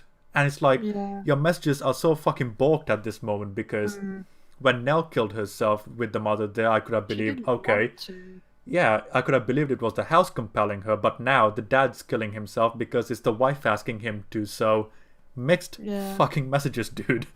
But I at don't the know- same time, they continually say throughout the show that the house drives people drives people mad with the way that Poppy was driven mad, and the way that Mrs. Dudley, she started to lose it a little bit the longer that they stayed there, which is why they would only go during the day, and then in the night they would go back home, and it started to fade off until they were back to normal again. Whereas Yeah. Olivia had been there for a long time, and as a ghost, she'd been there as a long time. So I kind of saw it as by Hugh with her having been there for such a long time, she'd just been driven insane. I mean, with Um, Poppy, she was already insane, so it probably wouldn't have taken very much for the house to just be like, "Hello, you're crazy now." Very true, but she lived there Yeah. for a long time before she died. True. I don't know, because it does feel like it. At first, it's like the house. The house is the problem, which is fine. I like the fact that the house is Yeah, same here. autonomous. But then it's like it's the mother And it's like, doing it all. and And I it's- was like, no, I really was like convinced that the house was using the fact that it was like basically putting Nell in a trance, and she didn't want to kill herself. She did it by accident because she didn't realize what was happening until it was too late. So I was like, okay, it's the house. But then basically it's shown that the mother just wants all of her kids to come home. And I was Yeah. like, I thought it was the You see, house. I didn't really see it as Olivia herself, because they constantly reference it as though there's the Olivia before Hill House, and then there's the Olivia after. Because of the Yeah. effects of Hill House, it changed her on a whole different level. And Okay, so I get that's that. kind of how I viewed it. So that she wasn't really herself anymore by the time the last night happened. Yeah. But then it's like, is the house controlling her, or is she now autonomous, and is she now the one that's using the house as a way of getting her kids to come home? Because Yeah. they're very much focused on that aspect of she wants them to come home. Yeah, because even then we've got Nellie, who was kind of being driven insane and went to the house as a result of that. And after she killed herself, she was kind of normal, back to happy Nellie, even happy era Nellie, so to speak, even, especially when they were in the Red Room interacting. So even then, it's Yeah. inconsistent because Nellie was able to go to her happiest level of Nellie, but Mom kind of stayed at the crazy level. Like that just kind of, Yeah. again, it, like, I get what you're saying, dude. Like I do, and there is logic there because the last time we saw the mother, she was so desperate to keep in them that there, state. and in Yeah. that sense, it is true. But at the same time, then wouldn't Nellie be at her crazed state as well? Yeah, like That why is would true. that's a good point. Like Nellie would have stayed like Bent Neck Lady Yeah, if that was the case. 'Cause at the she's very now... least, the bent neck lady, Yeah. you know. That's very true. Yeah. I think a part of me feels as though, because I've grew up on some ghost stories where essentially the longer the ghosts are ghosts, they start to gradually go insane. Which is why there are so many ghost stories where like there's a haunting. Yeah. It would and make sense. It's just I the fact guess I that she... kind of just assumed that it was something like that because Nellie had only been dead for like 2 days or so. See, I in would agree with comparison- you. I would agree with you Exactly. there, but the mother's level of insanity is the same as the day she died. She just wants her Yeah. kids to True. be safe. She hasn't True, you are gotten right any there. more insane. She's just the same level of insane, and she's like, "Look, I'm fine. I was just dreaming." In fact, it's almost like she doesn't even realize she's dead. That's true. Which a character it's in like- Bly really doesn't. Yeah. Oh, I can't wait to talk about that character. She was such a good character. Oh, Bly's so good. But But yeah, I was very much confused at the end. I was like, is it the house or is it the mother? Or is the mother using the house? Is the house convinced her and made her insane? So she's now like working with the house. Is that what's going on? My brain was just like fried at this it point. is a very much mixed message by the time the ending came around, because it was, like I said earlier, it was an absurdly happy ending. Like, it's shockingly happy and happy, all things considered. Yeah. And I did not understand, like, thematically, I get why Thea would leave the gloves behind, but after everything she'd gone through, I really don't think she would. No, I would have You kept know, them. I'd have been I like, agree with you I'm there. not touching nothing. I'm Like- never touching anything again. You know? Like, I do agree with you there. Like, that seemed quite bizarre. Yeah. Yeah. because at the prior to all this, Hill House in the present day, she was she was like semi-skeptic, whereas by going to Hill House, it was just completely confirmed. Yeah, Yeah. it's like you It's like have power. everyone is absurdly normal by the end. It's almost like, oh yeah, Hill House, oh what a jolly old time kind of thing, as opposed to, oh my god, Hill House, I was fucking terrified, you know? Yeah. I wouldn't be able to rest if I knew the house was still out there somewhere, because I'd just be like, well, what if it just tries to draw us back in again? Hmm. What if it just uses the fact that it's got more of our family members? What if it's like, tasty cranes, I want more cranes. I'm feeling like dessert. Yes. I can just imagine the house with the toothpick, and the toothpick's like a big skeleton, and the doors just being scraped by it. It's like, I'm feeling peckish tonight. Yeah. What do I want? Do I want a nice chocolatey crane? It sounds a bit silly, but I suppose a part of the writing may have been a case of, okay, so they've left Hill House before, and they tried to deal with the situation as best as they can, but obviously they were kind of drawn apart from one another. Yeah. Whereas maybe. now they've came together because of Hill House and because Yeah. of everything with Nell, and their relationships have essentially been reforged, and they've learned some lessons. So as while Hill House has affected them in a large way, and while they have lost so much because of it, and obviously a very traumatic experience, the best thing they can do is move on. Like I'm not justifying the happy ending, like Oh, the no. extremely Oh, no, like- happy ending, but like it makes sense, and I could see where they would come from Dude, a logical absolutely. point of view. Like, thematically speaking, I absolutely get what they were going for, and I understand what it is you're saying, because this entire series, I think I was talking to you about it like last week, David, like, this entire series has been about how a family gets over grief and having that happy Yeah. ending of, we have gotten over our grief. Thematically, it makes sense. Makes sense. It just narratively kind of bogs the message. That's all I'm saying. Oh no, I get what you mean, and like especially with like, how did Luke survive? Yeah, it's like fucking How hell. did he not die? Like he injected rat poison right into his veins. Like that's And probably he a was quick way of clinically doing dead it. for a while.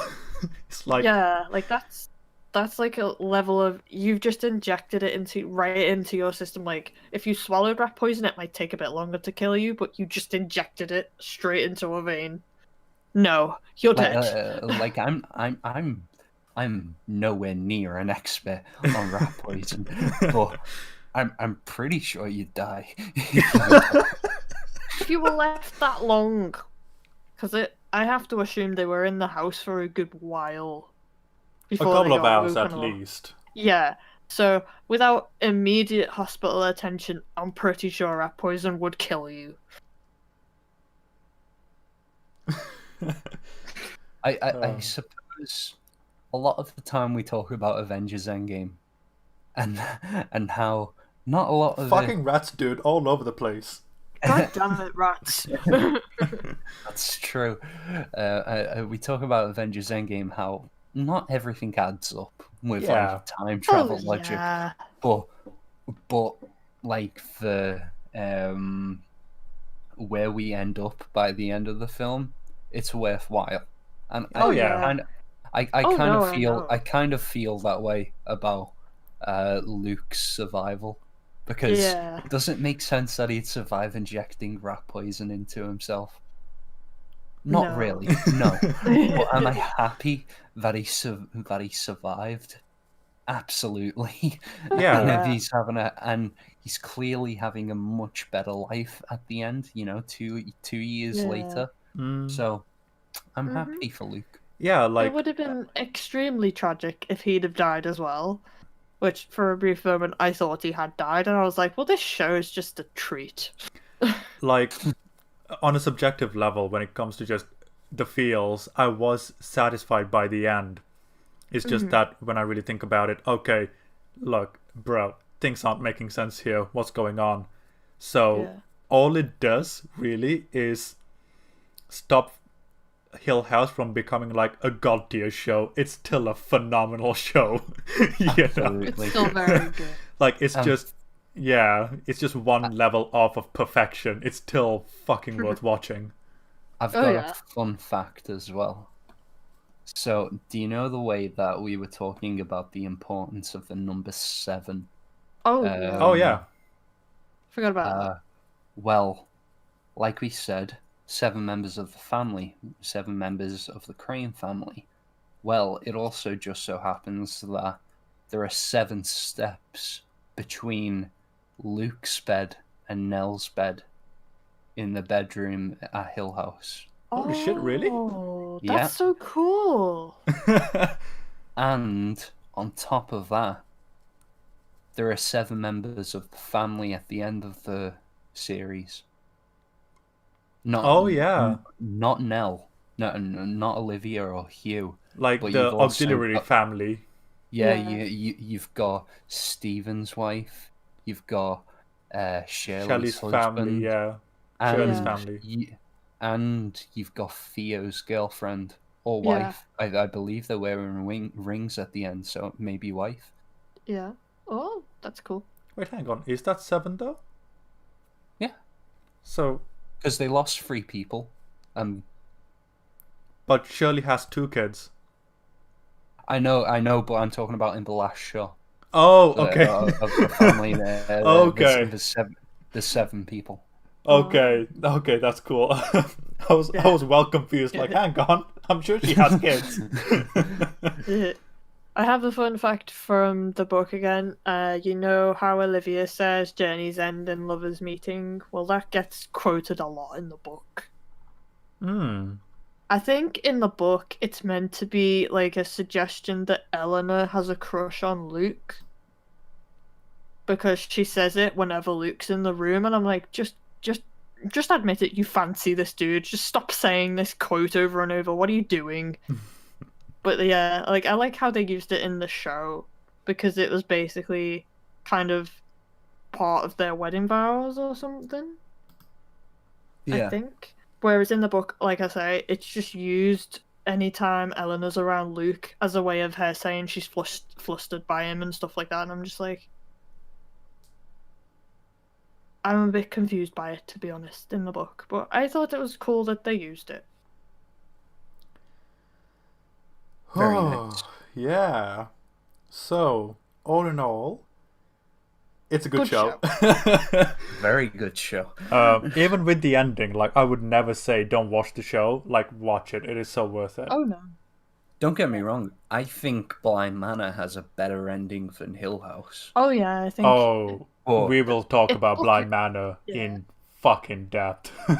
Yeah, Blind on- Manor bookends much better, I would say, whereas Hill House Absolutely. doesn't really bookend. It just kind of.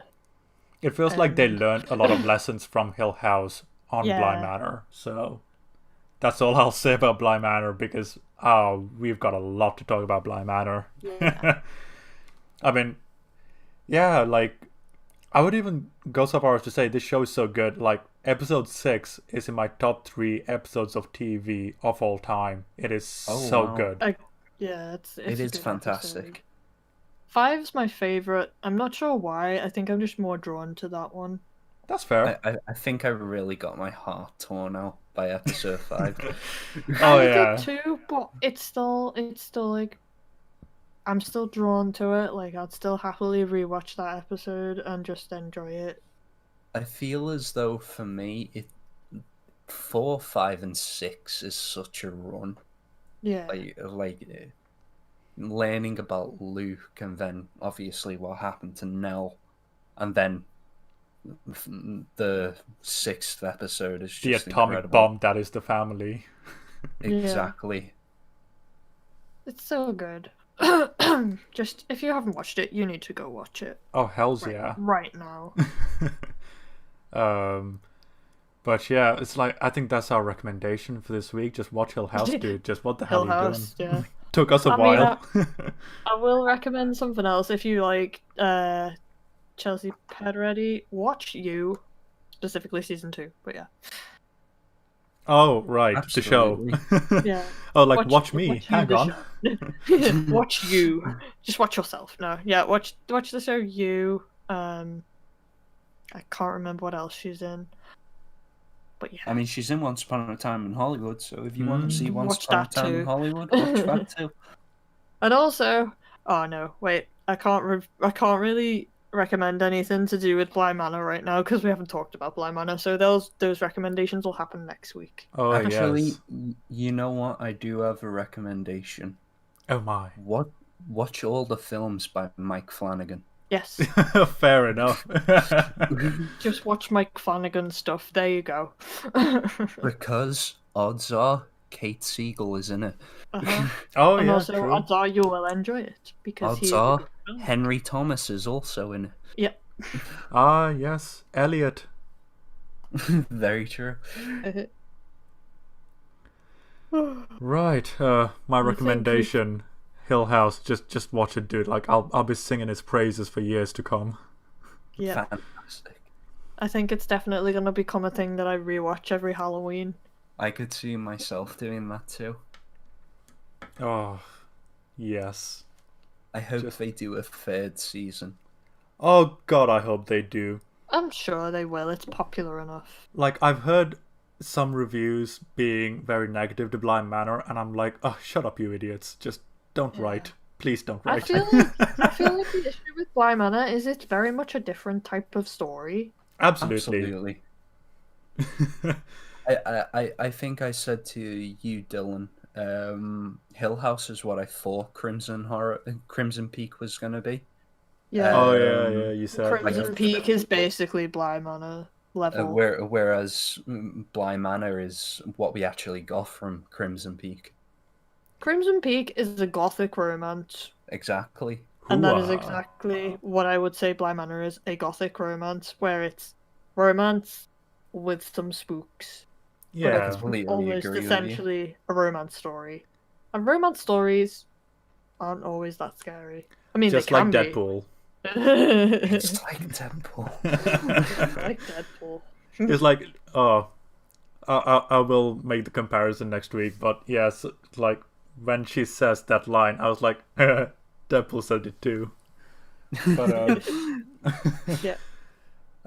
yeah, is there anything else you want to finish up on Hill House before we finish for the day?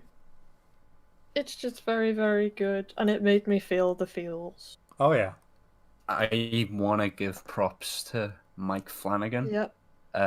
and the entire cast. They Yep. were just, all of them, phenomenal.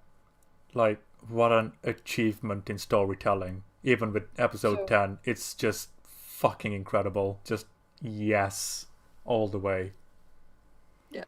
This So is- thank you for coming to our simp session. This is officially our longest video.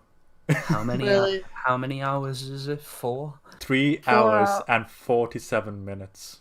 Counting. 3 That's hours close and enough. 47 minutes of simping over. I mean, Blind Manor. I mean, every week has just been longer and longer, and hopefully, if we start on time next week, who Yeah. knows? It might be 4+ hours of simping for Yeah. Blind Manor. Yep.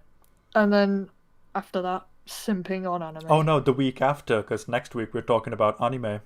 I mean, we can do Bly Manor next week if you want. I honestly don't mind. It's I don't whichever mind schedule he goes for. I don't mind. I think it would be a nice buffer if we have the anime There's episode. anime in there. Yeah, that's what I was thinking. We have anime and then go for the hardcore simping again. Before I go Okay. back to my old grouchy self of just hating everything. Yeah, okay. So We've yeah. got to let Dylan love stuff. Yeah, we've Yes. got to let Dylan like stuff and then we've got to make him go back to hating it. Because otherwise, I think me and David are pretty nice with stuff, even if we don't like it. Whereas it's like I still remember the boys like you two were like, yeah, it wasn't that great, and then me, what a piece of shit show. It's like, I mean, to be fair, with the boys, me and you had similar points for the second season. yeah, I But- mean, with the boys, I'm still largely positive. I'm just Like- I had similar thoughts to you guys, and when you pointed out stuff that you didn't like about the show, I was like, yeah, I can absolutely see where you're coming from. And you're Yeah, just like, but I exactly. still like it. Like, don't Yeah, get me exactly. wrong, I'll still watch season 3 for Homelander, but that's about Yeah. it. I don't really care about anyone else anymore. But yeah, it's just, I do like things, and this is proof. So, So there you go. it exists. Proof exists. So, yeah, for anyone who's still watching, thank you very much for staying this long and listening to us absolutely adore this show. And thank you, Absolutely. David and Amy, for joining me in this mad session. It No was problem, fun. dude. So, Anytime. yeah, absolutely. I wish you all the best, and we'll see you next week. So, bye bye. See ya. Bye. Toodaloo.